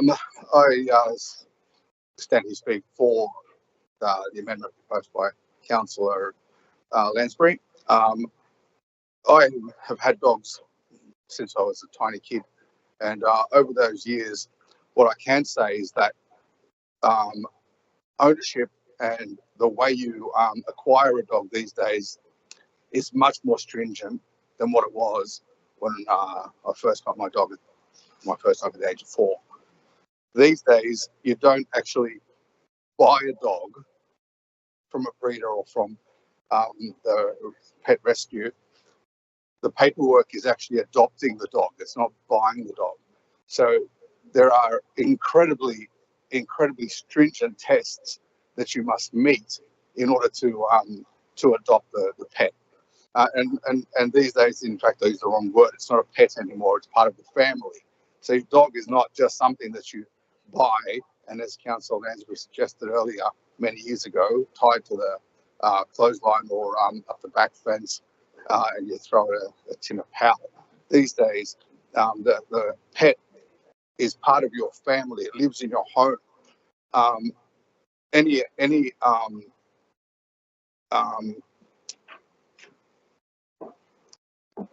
registration that you may suggest, Councillor Catrice, through Service New South Wales, etc., for the backyard cowboys, there's going to be a ways around that no matter what you do. The only other thing that I will comment on is, as a young fellow, when I was growing up, not in Marrickville, but in the streets of Newcastle, there were strays all over the place, and you'd be chased and bitten on your ankles. These days, dogs are much more obedient. In fact, I walked my cavoodle, which we acquired some time ago after our previous dog, unfortunately, did go to pet heaven. And in my experience, not once have we been attacked, provoked, or chased by other dogs. And our pet, not dog, but our dog, our member of our family, Benny, would no way attack any dog or any person. And all you need to do is go down to Gannon's Park, which is our local park, down the bottom end where it's the leash, off-leash area, and you will see that there are many times, not hundreds, but there would be more than dozens, maybe 20 plus running around, and not only running around by themselves, but also at that same time there are there's a couple of classes that are down there for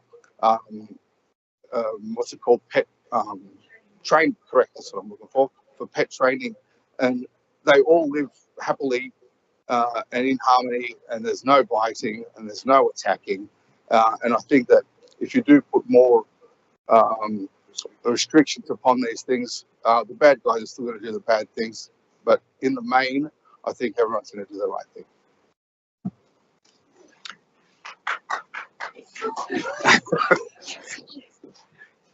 Yeah, I've just got a question, clarification with Councillor Catras. You mentioned when you gave the speech that you worked in collaboration with the council officer in relation to this. You just didn't pull it out of the ether and go, we should do this. So they supported it. That's correct? Okay. I have just as a point of clarification, Mr. Mayor. Sure, I had I'll a much give the more floor to you, aggressive. Councillor Catras. I had a much more aggressive motion, but the council officer taught me and told me this is what is best for us, and this was what be helping us. I hear all the, what do you call it, stories about how responsible the dog owners are. That's fair enough. I believe on the main that they are pretty responsible. Having said that, 1,236 dog attacks in 3 months. That's 17 dog attacks a day. Who's the responsible one? You are. Councillor Lansbury, Councillor Ball. But what about these 17 dogs that go around attacking other dogs? A day. Not a week, a day. So councillors, this is what we've been given by a council officer, because this council officer is in the thick of it. And he said, this would help me. This would help my staff. But do what you like. Thank you, Councillor Catras. Any other speakers on the amendment, councillors? Nick, sorry, Councillor Catras, yeah. There being no other speakers, I'll give Councillor Lansbury her right of reply. Yeah, thank you, Mr. Mayor. That's what I was going to ask for my right of reply. Thank you. First, I just wanted to address some of the comments that Councillor Wang made about photographing dogs and keeping some sort of register. So that sort of conjures up images of mugshots of dogs. I think that's completely unworkable. Mugshots. I don't know how you would do that. I think microchipping is one way of doing it. Registering them, education programs perhaps is another way of doing it. But as Councillor Konjawski said, most people are responsible dog owners, and I'm sorry for you that you've been attacked by a dog a couple of times, but there are probably many other instances when you've been out and about in the world and you haven't been attacked. It's just a permit is not going to resolve the problem of people who have vicious dogs. You know, I think if you have a restricted breed, you have to have a permit for that. Absolutely advocate that. I'm not sure why you would have a restricted breed just quietly, but some people do. To enter into the an extra layer of bureaucracy of, you know, like a cavoodle, did you say you had? Yeah, they're not very aggressive by nature, are they? No. So, I mean, there are many breeds that are not aggressive. And, you know, I like the fact that you've listened to the council officer and discussed it with them. But interestingly, you didn't take their advice in relation to the Football St George motion before, but you've taken their advice on this one now. So I'll just leave it at that. Councillors, that concludes debate on this. I'll put the motion. We are voting on the amendment. So I'll put that motion forward, councillors. All those for the amendment say aye. All those against? I declare the amendment carried, which now becomes the motion. Councillors, I'll put that amendment, which has now become the motion, to the floor. All those in favour say aye. Aye. All those against? I declare that carried unanimously. We now move on to item NM 062-24. Council congratulate and acknowledge Riverwood Hornets Cadet Corps. Moved by Councillor Liu, seconded by Councillor Smoothie. Councillor Liu, the floor is yours. Oh, thank you, Mr. Mayor. Thank you, Mr. Chris Bailey, who is still at the audience seats, who is the officer commanding of Riverwood Hornets, which where they representing not only the our local LGA, of course, representing the broad community and even representing the whole Australia. So that's why I wanted to congratulate, acknowledge this particular marching band. I come across many chances to witness what they have done before, not only just across the border to the other countries to represent the country, but also in locally they attended many of the community events to present those talented performers to present their particular talents in front of a different audience. So that's why that's the purpose for my motion to congratulate, acknowledge one of our outstanding local organizations. So well done. Thank you, Chris. You're speaking to us. Thank you so much. Thank you. Thank you, Mr. Mayor. Thank you, Councillor Liu. Councillor Smedley. Any other speakers on the motion? Yeah. Councillor Simington. Thank you, Mr. Mayor. When I was previously a Peakhurst Ward Councillor, I had the opportunity of visiting the Riverwood Hornets in 2019 prior to the 78th Pearl Harbor Memorial Parade visit. I was impressed then, and I'm always impressed with what you achieve over there. It's an amazing organisation, provides countless opportunities for young people. And it's also led by an exceptional person, the commanding officer, Captain Chris Bailey. And I know you're a very modest man, Chris, but someone, in my opinion, is long overdue in being recognised for what you provide that organisation. So if there are members listening over in that area, Chris needs to be on the Australia Days Honours list next year. Thank you.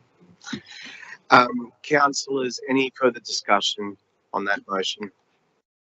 There being none, I'll put the motion. All those in favour say aye. All those against, I declare that carried. Congratulations once again, Chris, and the team at Riverwood Hornets. We now move on to item NM 063-24, Co-working Business Hub Feasibility Study, moved by Deputy Mayor Borg, seconded by Councillor Jamieson. Deputy Mayor Borg.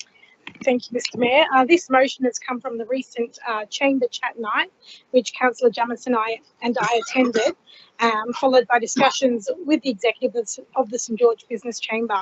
I'm delighted to present this motion tonight, supporting the vision of the St George Business Chamber, and I'd like to thank the Acting Director of Business and Corporate Services, Simon Macy, for his collaboration on this initiative. A co-working business hub in Georges River, providing desk spaces, breakout meeting areas, high-speed Wi-Fi, scanning, photocopying and printing services aligns perfectly with the Chamber's 4-pillar strategy. And I thank the President of the Chamber, Mr. Tony Bedore, who spoke earlier tonight. I think he touched on the fact that this motion perfectly aligns with, I think, Pillar 2 of their 4-pillar strategy. But I actually think it does align with all 4 pillars of their the 4-pillar strategy, and I'll just outline the reasons why I think that now. So the first pillar of their strategy is collaboration. So a co-working business hub inherently fosters collaboration by bringing people together.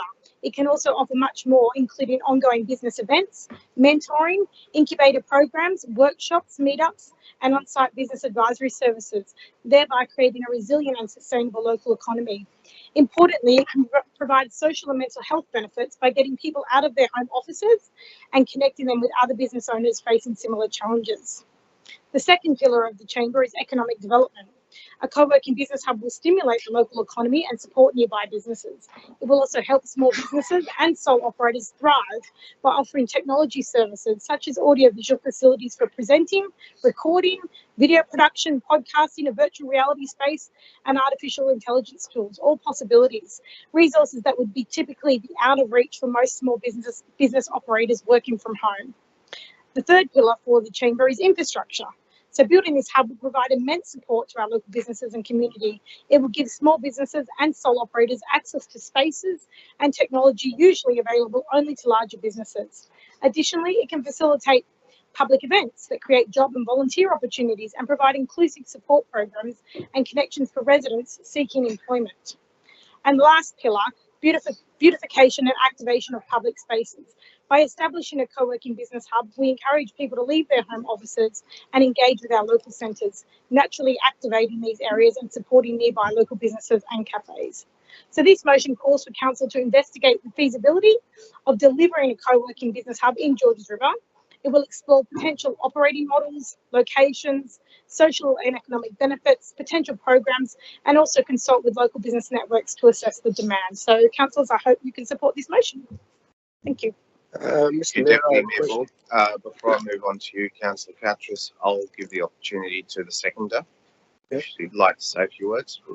I just have a clarification. My clarification, it sounds all really great. And I'm a small business owner myself, and I think it's fantastic of what has been delivered to us in the speech of Councillor Book.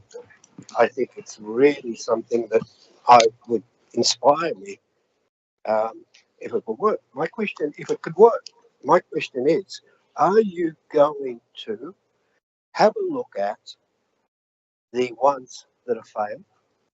Because we know, I know at least of 2 that have failed 4 years ago, and the person that set up, I'm just giving you some background because you may need it.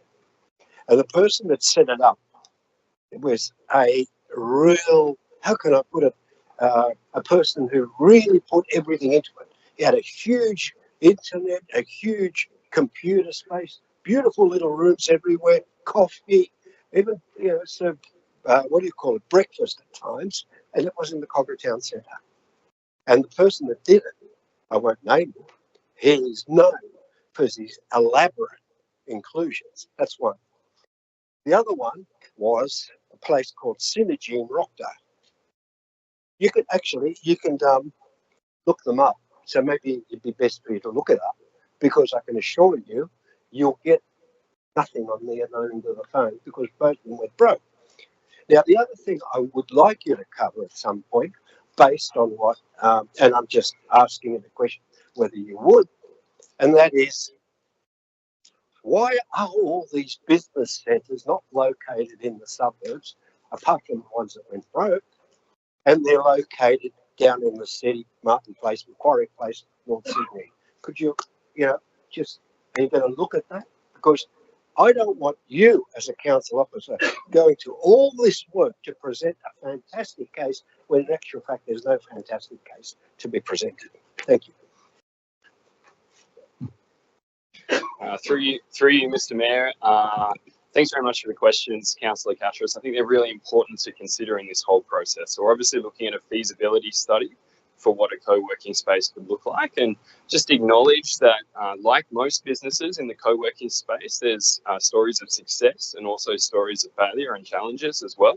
And that's why through this feasibility study, it'd be really important to consider a broad range of operating models and make sure that the proposal that we as council officers would bring back to council gives the most robust suggestions and options available to ensure success of these operations. And there are multiple examples of local governments supporting, whether that's managing themselves or supporting another entity, potentially connected to a university or elsewhere, delivering co-working spaces across Sydney. There's also a number of examples across Australia as well. We'd obviously, as a team, consider that broadly when we bring that back to council. And as I've noted in the director comments there, we'll consider that as part of our economic development strategy, which is on the agenda for us to bring to council next year as well.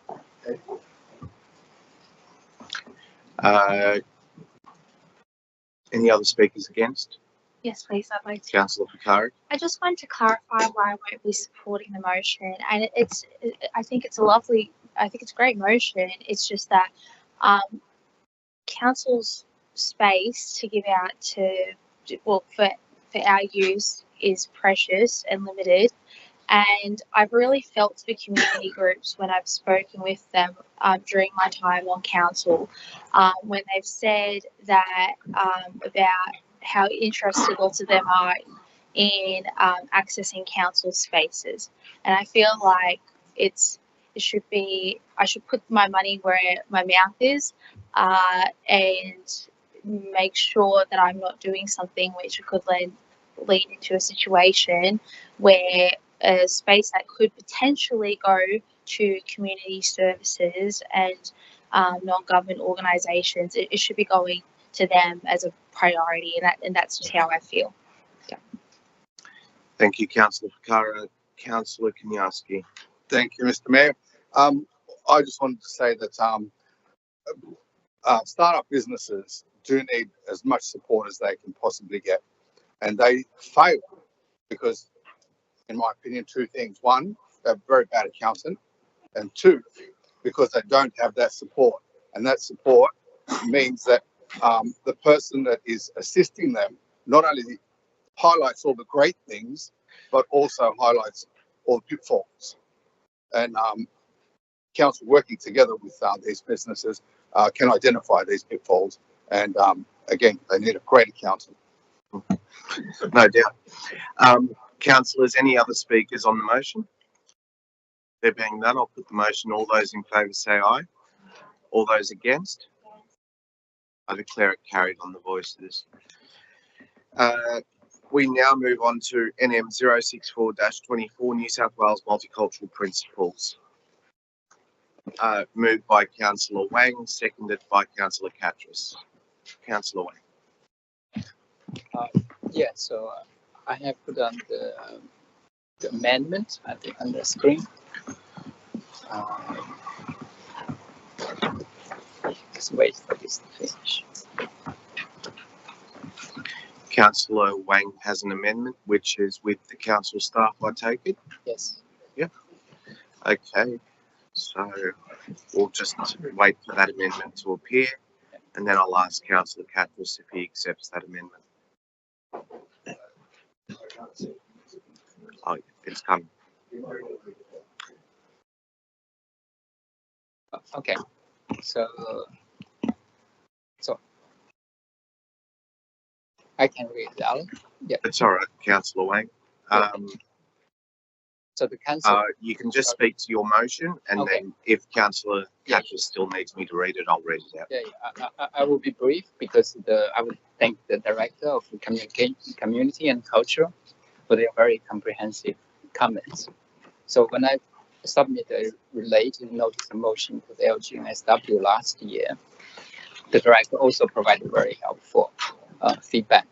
So the letter from the Honourable Stephen Campbell MP, Minister for Multiculturalism, was in response to my notice of motion at the LGNSW conference. So when we discuss planning issues, we frequently reference the New South Wales Environment Planning and Assessment Act. Similarly, we have this Multicultural SW Act 2000, which governs all multicultural affairs in this state. Well, this council does considerable work to promote multiculturalism, so we seldom mention this piece of legislation. So my motion is to accomplish two key objectives. The first, acknowledge this important legislation in the council's future version of the Social Justice Chart. And secondly, highlight and promote the council's service aligned with the New South Wales multicultural principles. So the motion is just a little bit more detailed for that promotion and for the campaign. Thank you, Councillor Wang. Councillor Catras indicated he was happy with that amendment. Okay, the council. I'll read the amendment, Councillor Catras. The council developed a campaign amplifying council's achievements within the Social Justice Charter Plan that align with the New South Wales multicultural principles. The campaign could include the following: I, compile achievements, document council's achievements in promoting cultural diversity through successful events and policies. 2, I, promote small business, highlight council's special efforts in promoting small business within the cultural and linguistically diverse community. 3, I, community language support, specify council's governance in providing robust community language support within the Social Justice Charter Plan 24-26, the customer experience strategy from 22 to 27, and initiatives in the 24-25 budget. And 4I, publish interpretation and translation services, make public council's interpretation and translation services, especially for frontline services. B, acknowledge ministerial response, recognise the letter from the Honourable Steve Camper, MP, Minister for Multiculturalism, in response to the motion raised by Georges River Council at LG New South Wales 2023. The letter highlights that Georges River Council has developed a social justice charter informed by the Multicultural New South Wales Act 2000 and the New South Wales Multicultural Principles, embedding this charter into its service delivery. And C, that at the next review of the Social Justice Charter in 2026, the Charter acknowledges the Multicultural New South Wales Act of 2000. Thank you. You accept that? Yeah. Excellent. Well, basically, it's almost a replica of what's has been promoting, but expanded. And I've got to say, I will congratulate Councillor Ben Wang for putting this together. And I do recall at the time you actually put it to the local government conference, and you didn't even have to talk to it because they accepted it without debate. And I really need to take this opportunity to sort of congratulate the Director of Community and Culture on the amount, and the staff that are involved with community culture, on the amount of effort they go to make the whole community and culture department very inclusive with the way they deal with our multicultural community. Yes, Simon Chang, who I know fairly well because he did architecture with my brother, but he's actually right on top of it, and he spoke well regarding with what it means in general terms. And I think the report that's been provided by the Director of Community Culture is testament to the fact that we are and they are very focused on the fact that we are 46% of the people born overseas. One of them was me, and I'm sure there are numbers here around the table that were born overseas. And I think the fact that we make people welcome when they come from overseas, and we want them to live here, and we want them to enjoy the Australian environment and the security and the quality of life that Australia has to provide them is a really wonderful thing. So thank you, Councillor Wang, for your motion. The other thing, I just want to make a point of clarification. The reason why I didn't connect dogs with Football St George is because I don't think dogs play soccer, Councillor Lansbury. Thank you, Councillor Catras. Councillors, any speakers against? Any speakers? Had nothing to do with what? Sorry, had nothing to do with what I was talking Councillor about. Catras, if you could just turn off your mic, thank you. Councillors, any speakers against the motion? There being none, I'll put the motion. All those in favour say aye. Aye. All those against, I declare that carried. Our next item on the agenda is NM 065-24, creating canopies community planting events. Moved by Councillor Wang, seconded by Councillor Marnie. Councillor Wang, the floor is yours. Thank you, Mr. Mayor. Again, I will be very brief.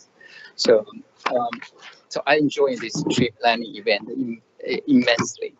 It is just a delight to walk through those beautiful bushlands of our LGA, especially along the Georges River.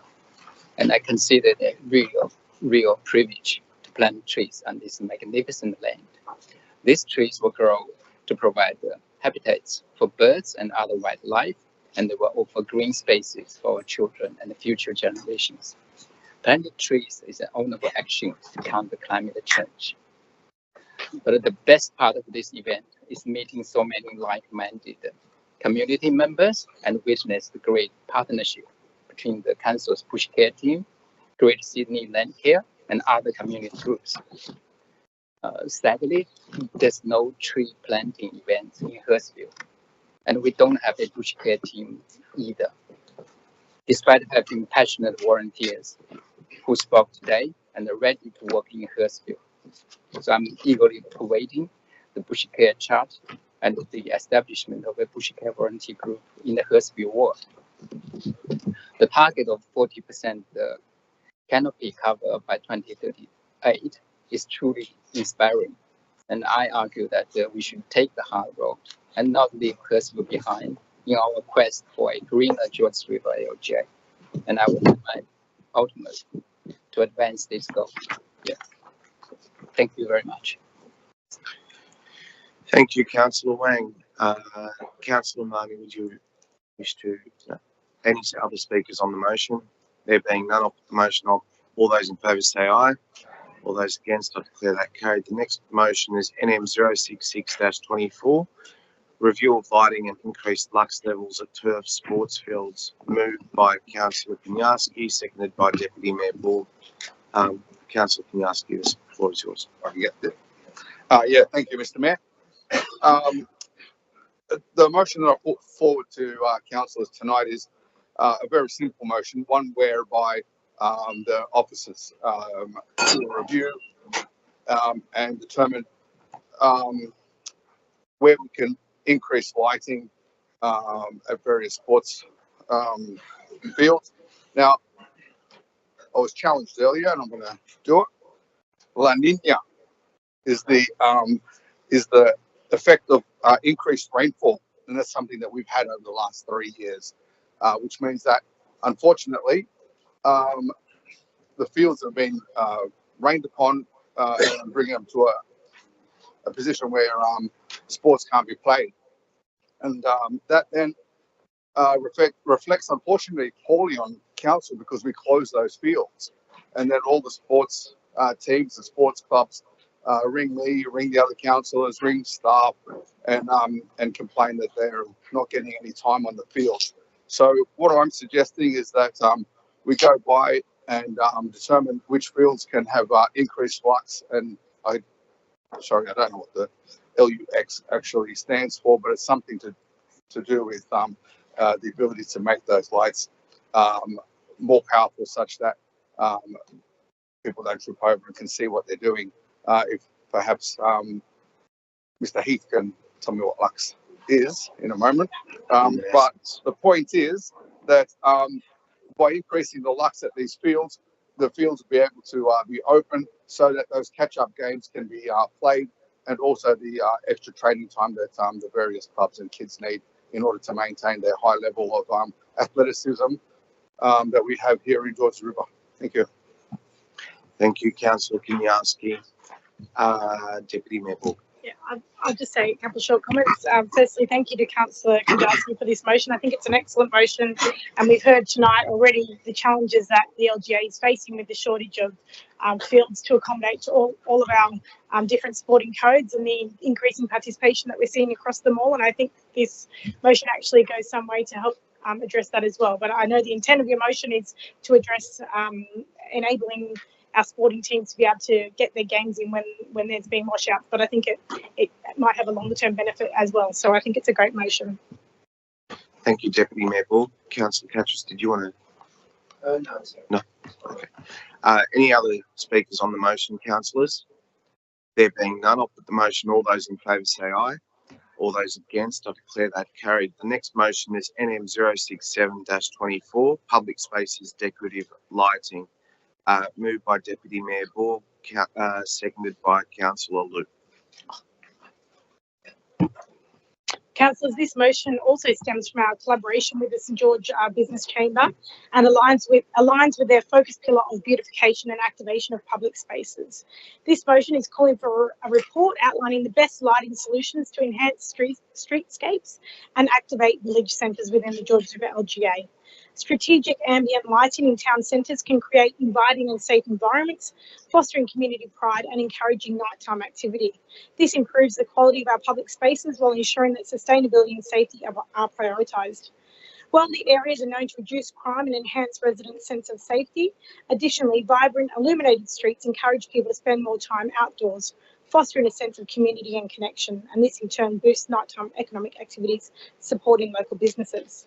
In the report, we'll be asking Council to identify effective lighting solutions that meet WHS requirements, environmental impacts and cost effectiveness. The report will also identify the village precincts within our LGA that could benefit most from ambient lighting so that installation can be prioritised and resources utilised effectively. In conclusion, this motion is a holistic approach to enhancing the streetscapes and village centres. It considers safety, environmental sustainability, economic viability and community wellbeing. I believe that by supporting this motion, we're taking a significant step towards creating a brighter, safer and more connected Georges River LGA. And I'd like to thank the speakers that spoke in the public forum tonight in support of this motion. Thank you. Thank you, Deputy Mayor Borg. Councillor Liu, you want to speak to that? Oh, thank you, Mr. Mayor. Yes, thank you, Deputy Mayor, Councillor Borg, to put up with this motion from 5 different aspects. So I wholly support this motion because one of the always supporting the nighttime economy is one of my advocacy as well. So thinking about, for example, in Hurstville Ward, Hurstville Plaza, and on Council Street, Mamang Street, the Koya, we can see some of the lightings have been designed and established once these 2 main landmarks have been set up.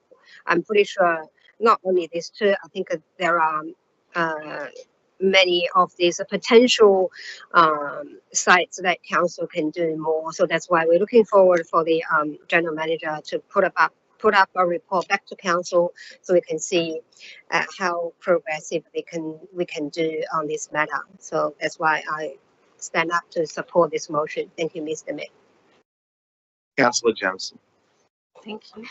Thank you for humouring me. I just wanted again to say thank you to Councillor Borg for this motion. I've been asked by many retailers in my ward many times to use lighting to attract customers, to be able to compete with other local government areas and improve the shopping atmosphere.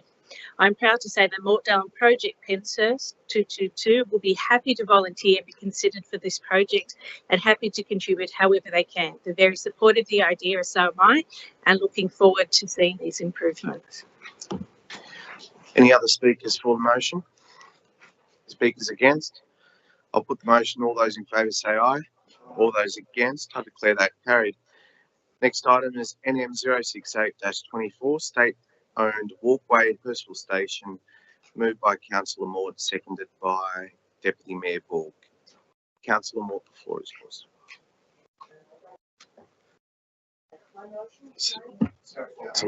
Councillor Wang, if you can turn off your mic. Okay. My motion tonight is that Council write to Transport New South Wales requesting replacement of the metal mesh feature wall barriers along the state-owned walkway leading into Hurstville Station towards Hurstville Central and general cleansing of the area.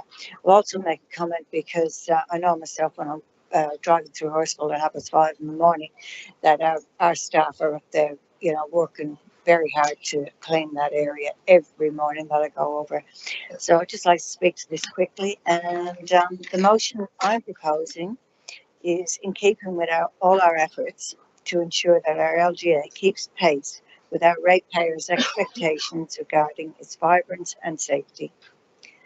As the director comment states, Hurstville Station has always been an incredibly busy and well patronised transport location, over 65,000 commuters using it each weekday now. Nowhere else in our LGA is there a more comparable site in relation to daily usage or local commerce. Hence, it is very important to us. The walkway ramp to the station on the western side entry is looking very tired and dirty, and the metal mesh feature wall in particular needs upgrading. The mesh feature wall was a great idea, and as it highlights lifestyles, images from the area, and should be maintained, but it's in dire need of a clean and refresh. I believe this motion is in keeping with Council's desire to ensure our LGA is always attempting to reflect our community's strategic plan. Thanks. Thank you, Councillor Mort. Any other speakers on the motion? There being none, I'll put the motion. All those in favour say aye. All those against, I declare that carried. Next item on the agenda is NM 069-24, abandoned shopping trolleys, moved by Councillor Wang, seconded by Councillor Catras. Councillor Wang, the floor is yours. Sorry, Councillor Catras, if you could just turn off your mic. Oh, sorry. Thank you. I'd like to thank you, Councillor Pitmani, for initially bringing up this issue of abandoned shopping trolleys to LGNSW last year. However, as I have witnessed in Hurstville, and you have just heard from Mr. Sean Wood, the problem of abandoned shop trolleys is very severe. Actually, when you leave this chamber today, you can see abandoned shopping trolleys in the front door of our council. So, and you can find this on Forest Road any time of the day, any day of the week.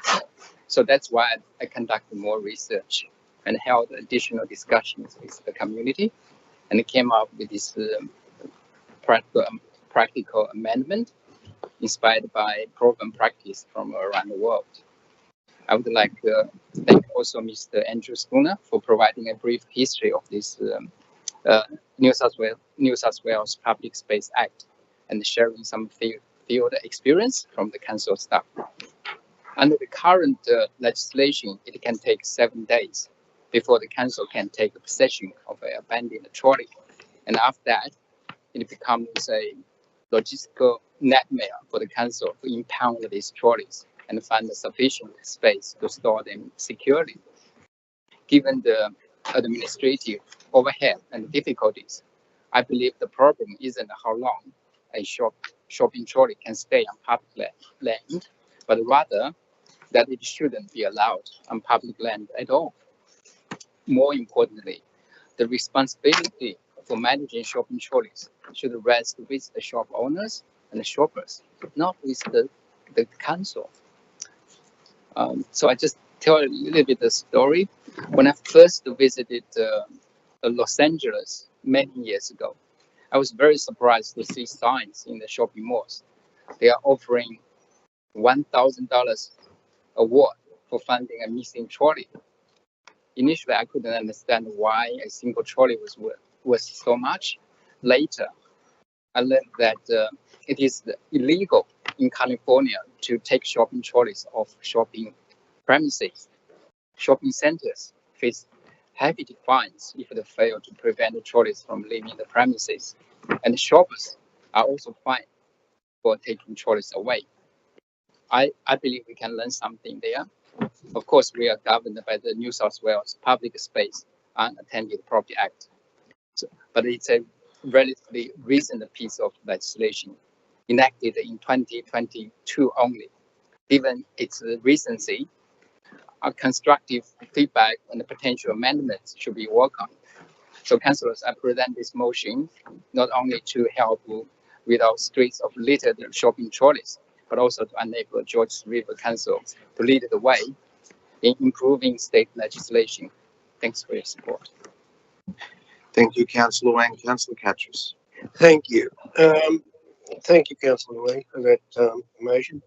I do believe that for a number of years I've been moving motions on shopping trolleys till I don't know. That I don't know what else to do. The reason behind me saying this is this: you move a motion, you send it off to the minister, the relevant minister. The minister sort of looks at it and then tinkers around the edges. And when I'm talking about tinkering around the edges, and it's all got to do with what the director is saying here, and that is there's really an incredible process if you're going to try and confiscate a shopping trolley. It's just an enormous amount of paperwork. You've got to then probably even give them 14 days to remove it. There's all this sort of rubbish that surrounds that sort of thing. The main issue that we've got is I want to be cynical about this, but shopping trolleys are owned by big business. They're not owned by the little shop down the corner. It's big business that owns a shopping trolley. So why would we want to do something against big business? I don't know. You know, I don't know. And the other thing that we've got is they tinker around the edges because they know that what they're doing is cost shifting. If you look at the director's report in here, it basically says it's going to be a huge impost on our staff.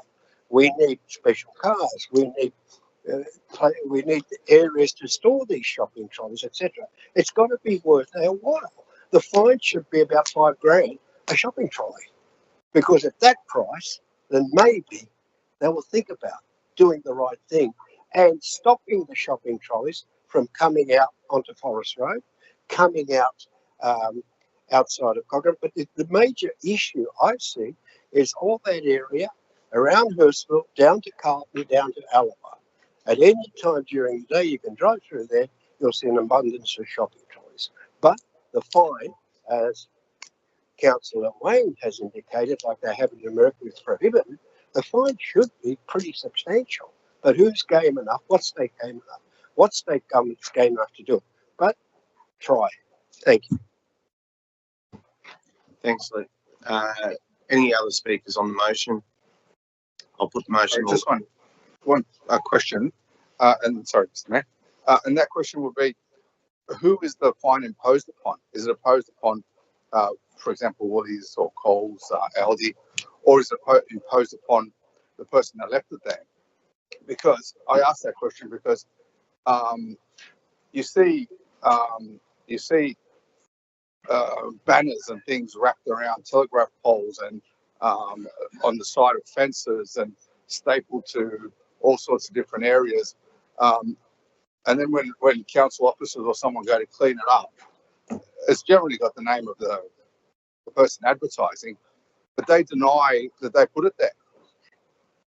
I've got a client who makes a massive amount of money wrapping telegraph poles every night. And unless he gets pulled up by the police, or I'm not sure if council has the authority, and he gets caught on the night wrapping those poles, no one gets a penalty because the advertiser says, oh, I didn't put it there. And then they can't catch it. So my question is, who in fact is imposed the penalty? And how do you then follow up? I have an idea. Let's not get into ideas. I think we'll leave it up to the state government to consider. Councillors, any further questions or speakers on the motion? There being none, I'll put the motion. All those in favour say aye. Aye. All those against, I declare that carried. Next item on the agenda is NM 071-24. Congratulations for World Dragon Fan Club Australia. No, you missed one. You missed one. I did miss one. I'm sorry, Councillor Lansbury. Okay. Yeah. NM 070-24, Carsbush Park Playground. Moved by Councillor Lansbury, seconded by Councillor Morton. Councillor Lansbury. Thanks, Mr. Mayor. The motion that I have on the paper tonight is to investigate the reinstalment. It's basically to investigate the reinstalment of something like a Liberty Swing, an inclusive swing. We heard from the Liberty Swing's designer tonight, Wayne Devine, who very much undersold his contribution in that. I mean, he told me that anecdote quite some time ago about why he came to design it was, as he said tonight, as he went to a playground and a little girl in a wheelchair had no way to participate in the playground at all. And he's like, well, you've got to do something about this. And as the strange way that the world works is, one of my best friends was working at Variety at around the same time. And she said to me she had been to an event at Darling Harbour, and it was arranged for all these Variety kids, and they brought in a portable Liberty Swing, and the kids were just beside themselves. Like, there was about 40 kids in wheelchairs just going off, just having so much fun, because that sense of freedom that they had on a swing is something that they'd never experienced before. And something he mentioned tonight about a little girl, I think he said that her parents heard her cry, her laugh for the first time. My friend Debbie told me this today when I spoke to her. She reminded me of the story she told me a few years ago at that particular event at Darling Harbour. This little boy is only very small in a chair, was just, hysterically laughing And there was a woman there that was sobbing, and Debbie said to her, "Are you okay? What's wrong?" And she said, "That's my son, and I've never heard him laugh before. He'd never experienced that sense of freedom that a kid gets in a swing." And, you know, we can sort of, the caravan can move on and we can have other sorts of inclusive play equipment. I think what's being proposed for the new playground, which is currently being upgraded, is a piece of equipment which is like a seesaw, which is great. It's more inclusive. It would have 2 kids on it at a time. They don't both have to be in wheelchairs. That's great if there's someone there for them to play with.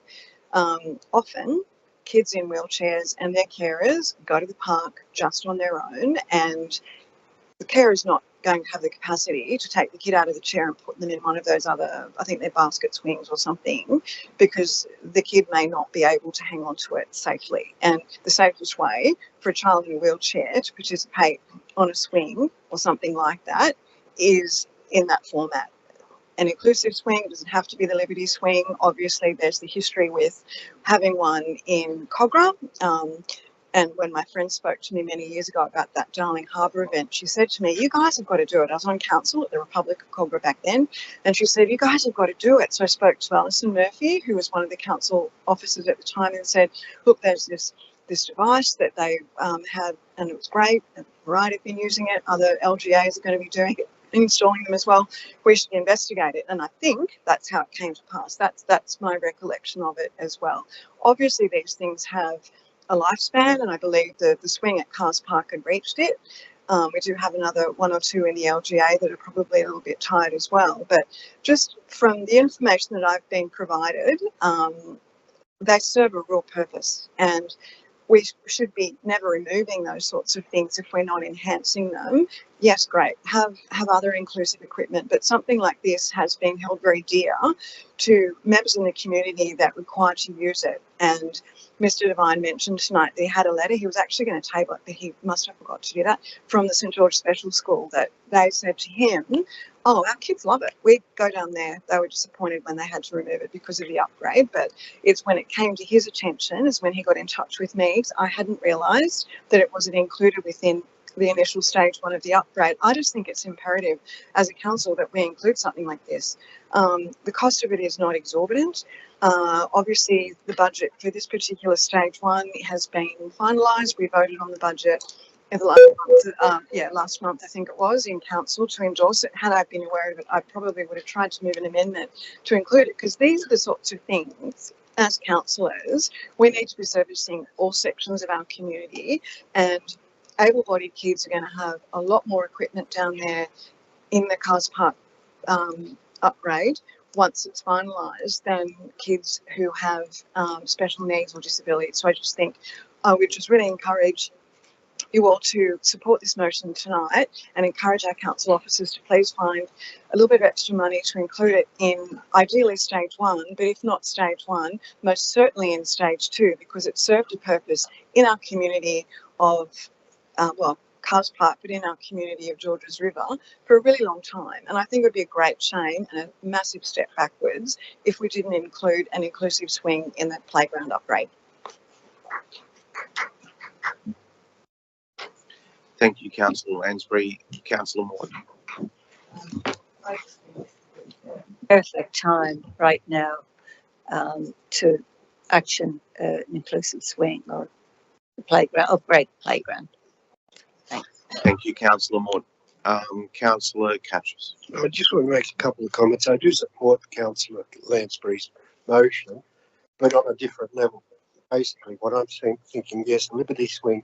I listened to the impassioned plea by the person who actually designed this Liberty Swing. I understand what we're saying with the kids in wheelchairs and etc. And I think that is a very important thing, because I've got first-hand experience with a child that's got cerebral palsy, and it's really difficult to watch them sort of trying to make a life out of what their situation is. But I will say, I've seen. I was involved many years ago when I was in Cogra Council, and we went to the St George. I can't remember, special needs school down there at that place, and there was a Liberty Swing there. We also went. I also gone to Cronulla, and there was a Liberty Swing there. Now, the things that we're producing now with regards to accessibility and um, dealing with kids that are disabled are brilliant. First time I've seen kids actually who are disabled actually going on one of those roundabouts and a few other things that they can do, swings, etc. I'm not sure if, and that's why I like the idea of a review, I'm not sure if the Liberty Swing is the answer. I understand what Councillor Leonard is getting at, but you think about the isolation part of it, where it's got a fence around it. This is the one at Sutherland. It's got a fence around it. It's locked. You walk, you put the kid in the wheelchair, you put him on the Liberty Swing, up, backwards and forwards, and everybody's watching as if the kid's in a goal, what do they call it? A little bit of a pond or something. I don't know. I don't know if that's the answer. I'm sure we've gone way ahead of things like that. There must be something that they can do as opposed to a Liberty Swing to swing kids that are disabled. I'm not sure. I'm not the expert on it, but what I've seen is that there's some stuff which is really excellent. They may need to extend that a bit. Not sure about the Liberty Swing because I'm getting a funny feeling about it. Thank you, Councillor Catras. Any other speakers on the motion? There being none, given that there's no speakers against it, I'll put the motion. All those in favour say aye. All those against, I declare that carried. Next item on the agenda is NM 071-24. Congratulations to World Dragon Fan Club Australia. Moved by Councillor Wang. Do I have a seconder? Thank you, Mr. Mayor. Seconded by Deputy Mayor Borg. Mr. Mayor, I'll second it with an amendment. If I Okay, I might give an opportunity first to Councillor Wang if he wishes to speak for the motion. It's been seconded, but there's a proposed amendment that's been put forward, Councillor Wang. Did you want to hear the amendment first? Yes, I would like to hear. Okay. Councillor Borg. That amendment is coming up on the screen now, councillors. So part A remains the same, that Council congratulates the World Dragon Fan Club Australia on their successful Bruce Lee 51st Memorial Ceremony held in Culbra and Hurstville on the 12th to 14th of July 2024. Part B changes to that Council acknowledges the attendance of the Honourable Lyndall Burney, Minister for Indigenous Australians and Member for Barton, Member for Cabramatta Mr Trevo, Reverend Alfred Yao, Bruce Lee's nephew, Superintendent Paul Dunstan, St George Police Area Commander, and Councillors Andy Abraham, Liu and Wang, and Simon Chan, the Multicultural New South Wales Advisory Board Member. And Part C changes to that Council continues to assess on merit Council's grants and donation policy applications, including for community-led events such as the Bruce Lee Festival events. Do you accept that amendment, Councillor Wang? Yes, I do. Okay, so that now becomes the motion. Councillor Wang, given that it's your motion, I'll give you the first right to Thank you, Mr. Mayor. So yes, I don't need to repeat what the Councillor Burke just mentioned, but I do need to just explain a little bit about the initial motion I put forward, mentioning NAIDOC Week. So just indulge me for a moment. So NAIDOC Week, so first began in 1975, provided an opportunity for all Australians to learn about the First Nations cultures and the histories and participate in celebrations of the oldest continuous living culture on Earth. That's the official statement about the NAIDOC Week. It does not need anybody's approval to celebrate NAIDOC Week. If NAIDOC limits its participation to Aboriginal people only and follow certain routines only, so it would defeat its purpose for all Australians to learn the culture. Instead, it encourages all Australians to celebrate it as long as you learn about the First Nations culture. I would also argue it will be more significant for new immigrants to learn about Aboriginal culture, as they may be less interested in and less sympathetic to the pains the Aboriginal people went through. That's exactly what I put forward to the Honourable Linda Burney MP when I met her at the Aboriginal Arts event organized by Mr. Simon Ching, who just spoke. I said, so today you are surrounded by the true believers of the Aboriginal cause. What about the millions more who don't care? I have the huge Bruce Lee memorial service coming up with many Chinese residents participating. Would you be able to attend and promote the Aboriginal culture with me? She said, I will be there. That's the end of the conversation. That's exactly what we did at the Bruce Lee Memorial Service 2 weeks ago. At the event, we introduced the Aboriginal histories and cultures to the largely Chinese community. And I talked about how both Aboriginal people and the Chinese community are facing racism together. And when asked by SBS, Linda drew similarities between these two cultures by saying, Aboriginal people experience the same thing as Bruce Lee. So there's a great juxtaposition. So councillors, so what we are trying to do is to bring the Aboriginal culture close to the Chinese community during the NAIDOC week. I think it's a innovative way to live the true spirit of NAIDOC week. So if there's no Councillor Wang, I've indulged you enough on the motion, but if you could just speak to the actual motion which you've accepted as the wording, yes, then I think it's okay. probably I'm best, just because closing. whilst I take on board that it was originally part of your original motion, yes. And I can see where you're trying to get to with it, but I encourage you to just stick to the wording that is the motion now. I appreciate it. Thank so I'm just finishing there. So what I'm trying to do initially is to recognize the effort of these two cultures coming together to celebrate the NAIDOC week. So however, by discussing with some of the councillors, so I didn't get a very convincing answer. So that's why we put forward a motion just to congratulate the event, and thanks to everybody for joining. That's all. Thank you. Thank you, Councillor Wang. Deputy Mayor Borg. Yeah. Any other speakers? Make a couple of comments. Not many. I'll keep it to. Are you speaking for the motion? First of all, are you speaking for the motion or against the motion, Councillor? For the motion. For the motion. Okay. Yeah. I just want to thank Councillor Borg for salvaging the situation, because in actual fact there was no way that I was going to support the motion that's before us. And on the basis of on the motion that was originally, with all due respect to Councillor Wang, connecting what do you call it, Bruce Lee's death with NAIDOC week is a far-fetched idea. It's just you can't do that. I mean, there is a little YouTube where there's a whole lot of Aboriginal dancers dancing the Zorba, but that doesn't necessarily mean that they're related. Councillor Catras, please. No, Councillor Catras, as I mentioned to Councillor Wang, I mentioned that stick to the context of the motion.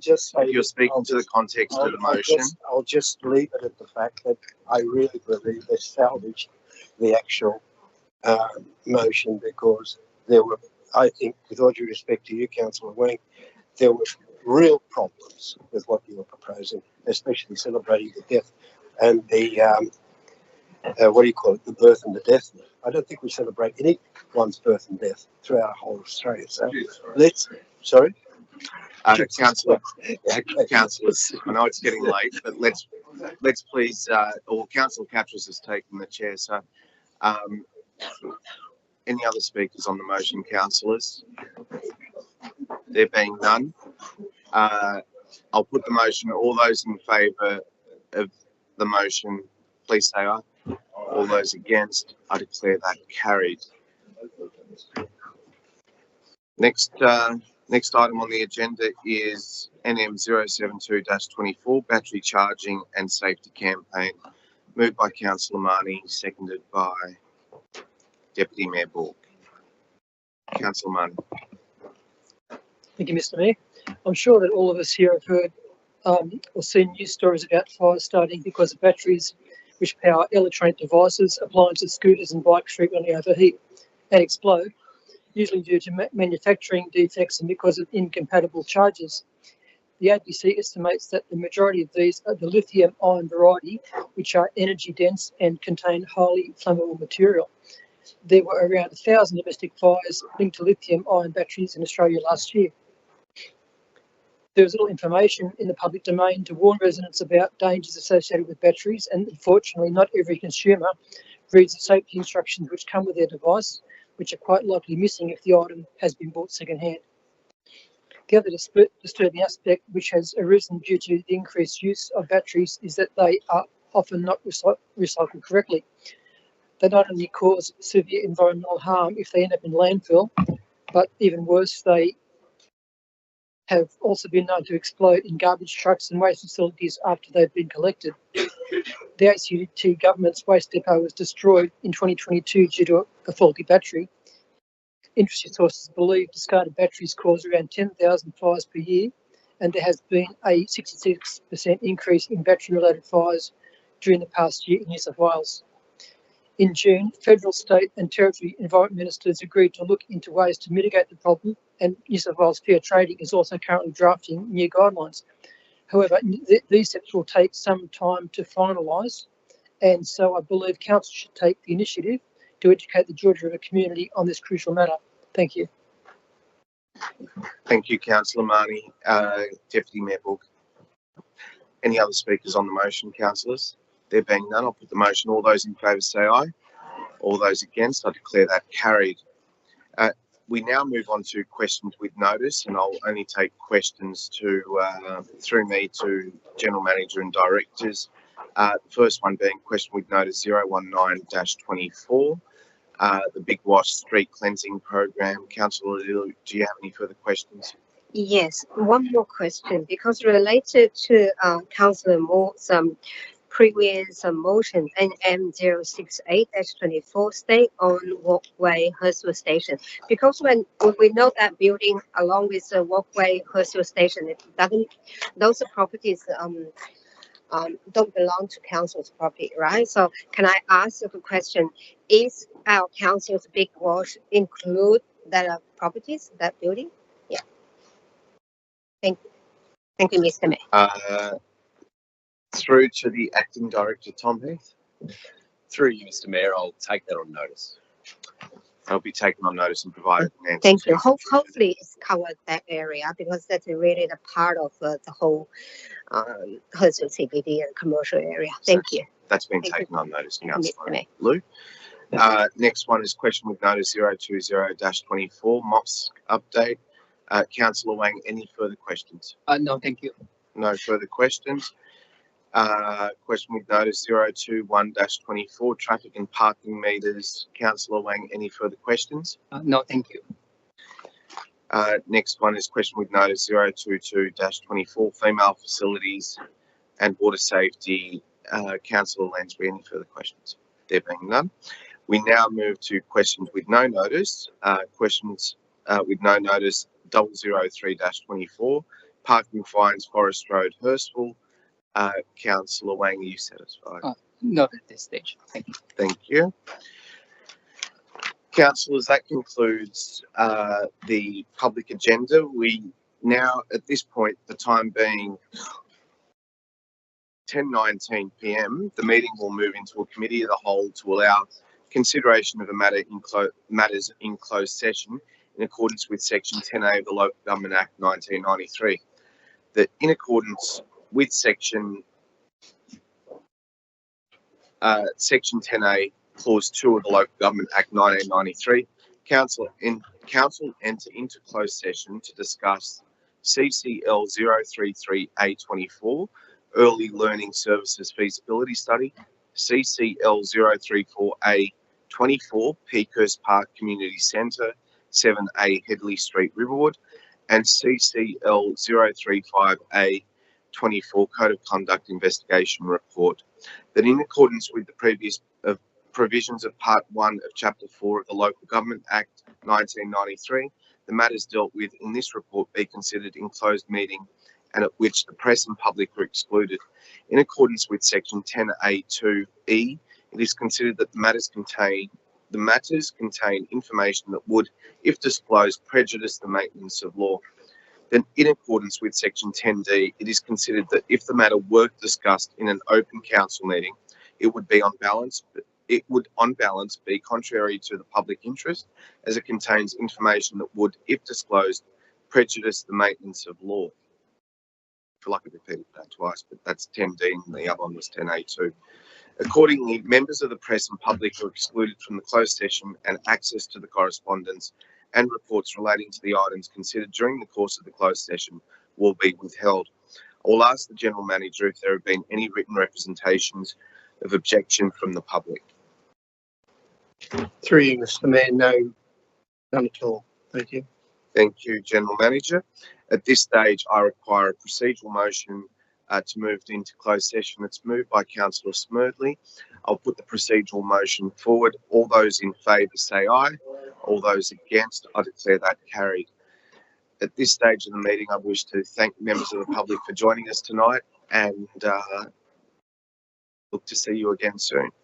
For the members of the public and the press, live streaming will cease and resume following the confidential session of council. Once the items are addressed, the live streaming will recommence, and the resolution which occurred in closed session will be confirmed. We will then deal with the remaining items on the agenda if there are any. I'll just wait for staff to confirm that we.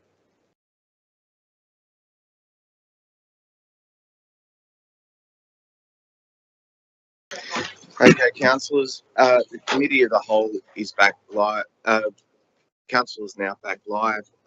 We have recommendations from the committee of the whole, which were undertaken in closed session in relations to items CCL 033A-24, CCL 034A-24, and CCL 035A-24 of this meeting be received and noted as a resolution of council without any alteration or amendment thereto. The recommendations of the closed sessions be adopted as follows, and I'll allow staff to make those public on the screen for a moment.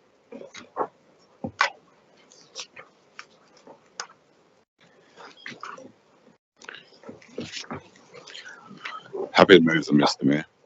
Moved by Councillor Smerdley, seconded by Councillor Fakara. Any further discussion, councillors? There being none, I'll put the motion. All those in favour say aye. All those against, I declare that carried. I declare the meeting closed at 10:33 p.m. Thank you, Mr. Mayor.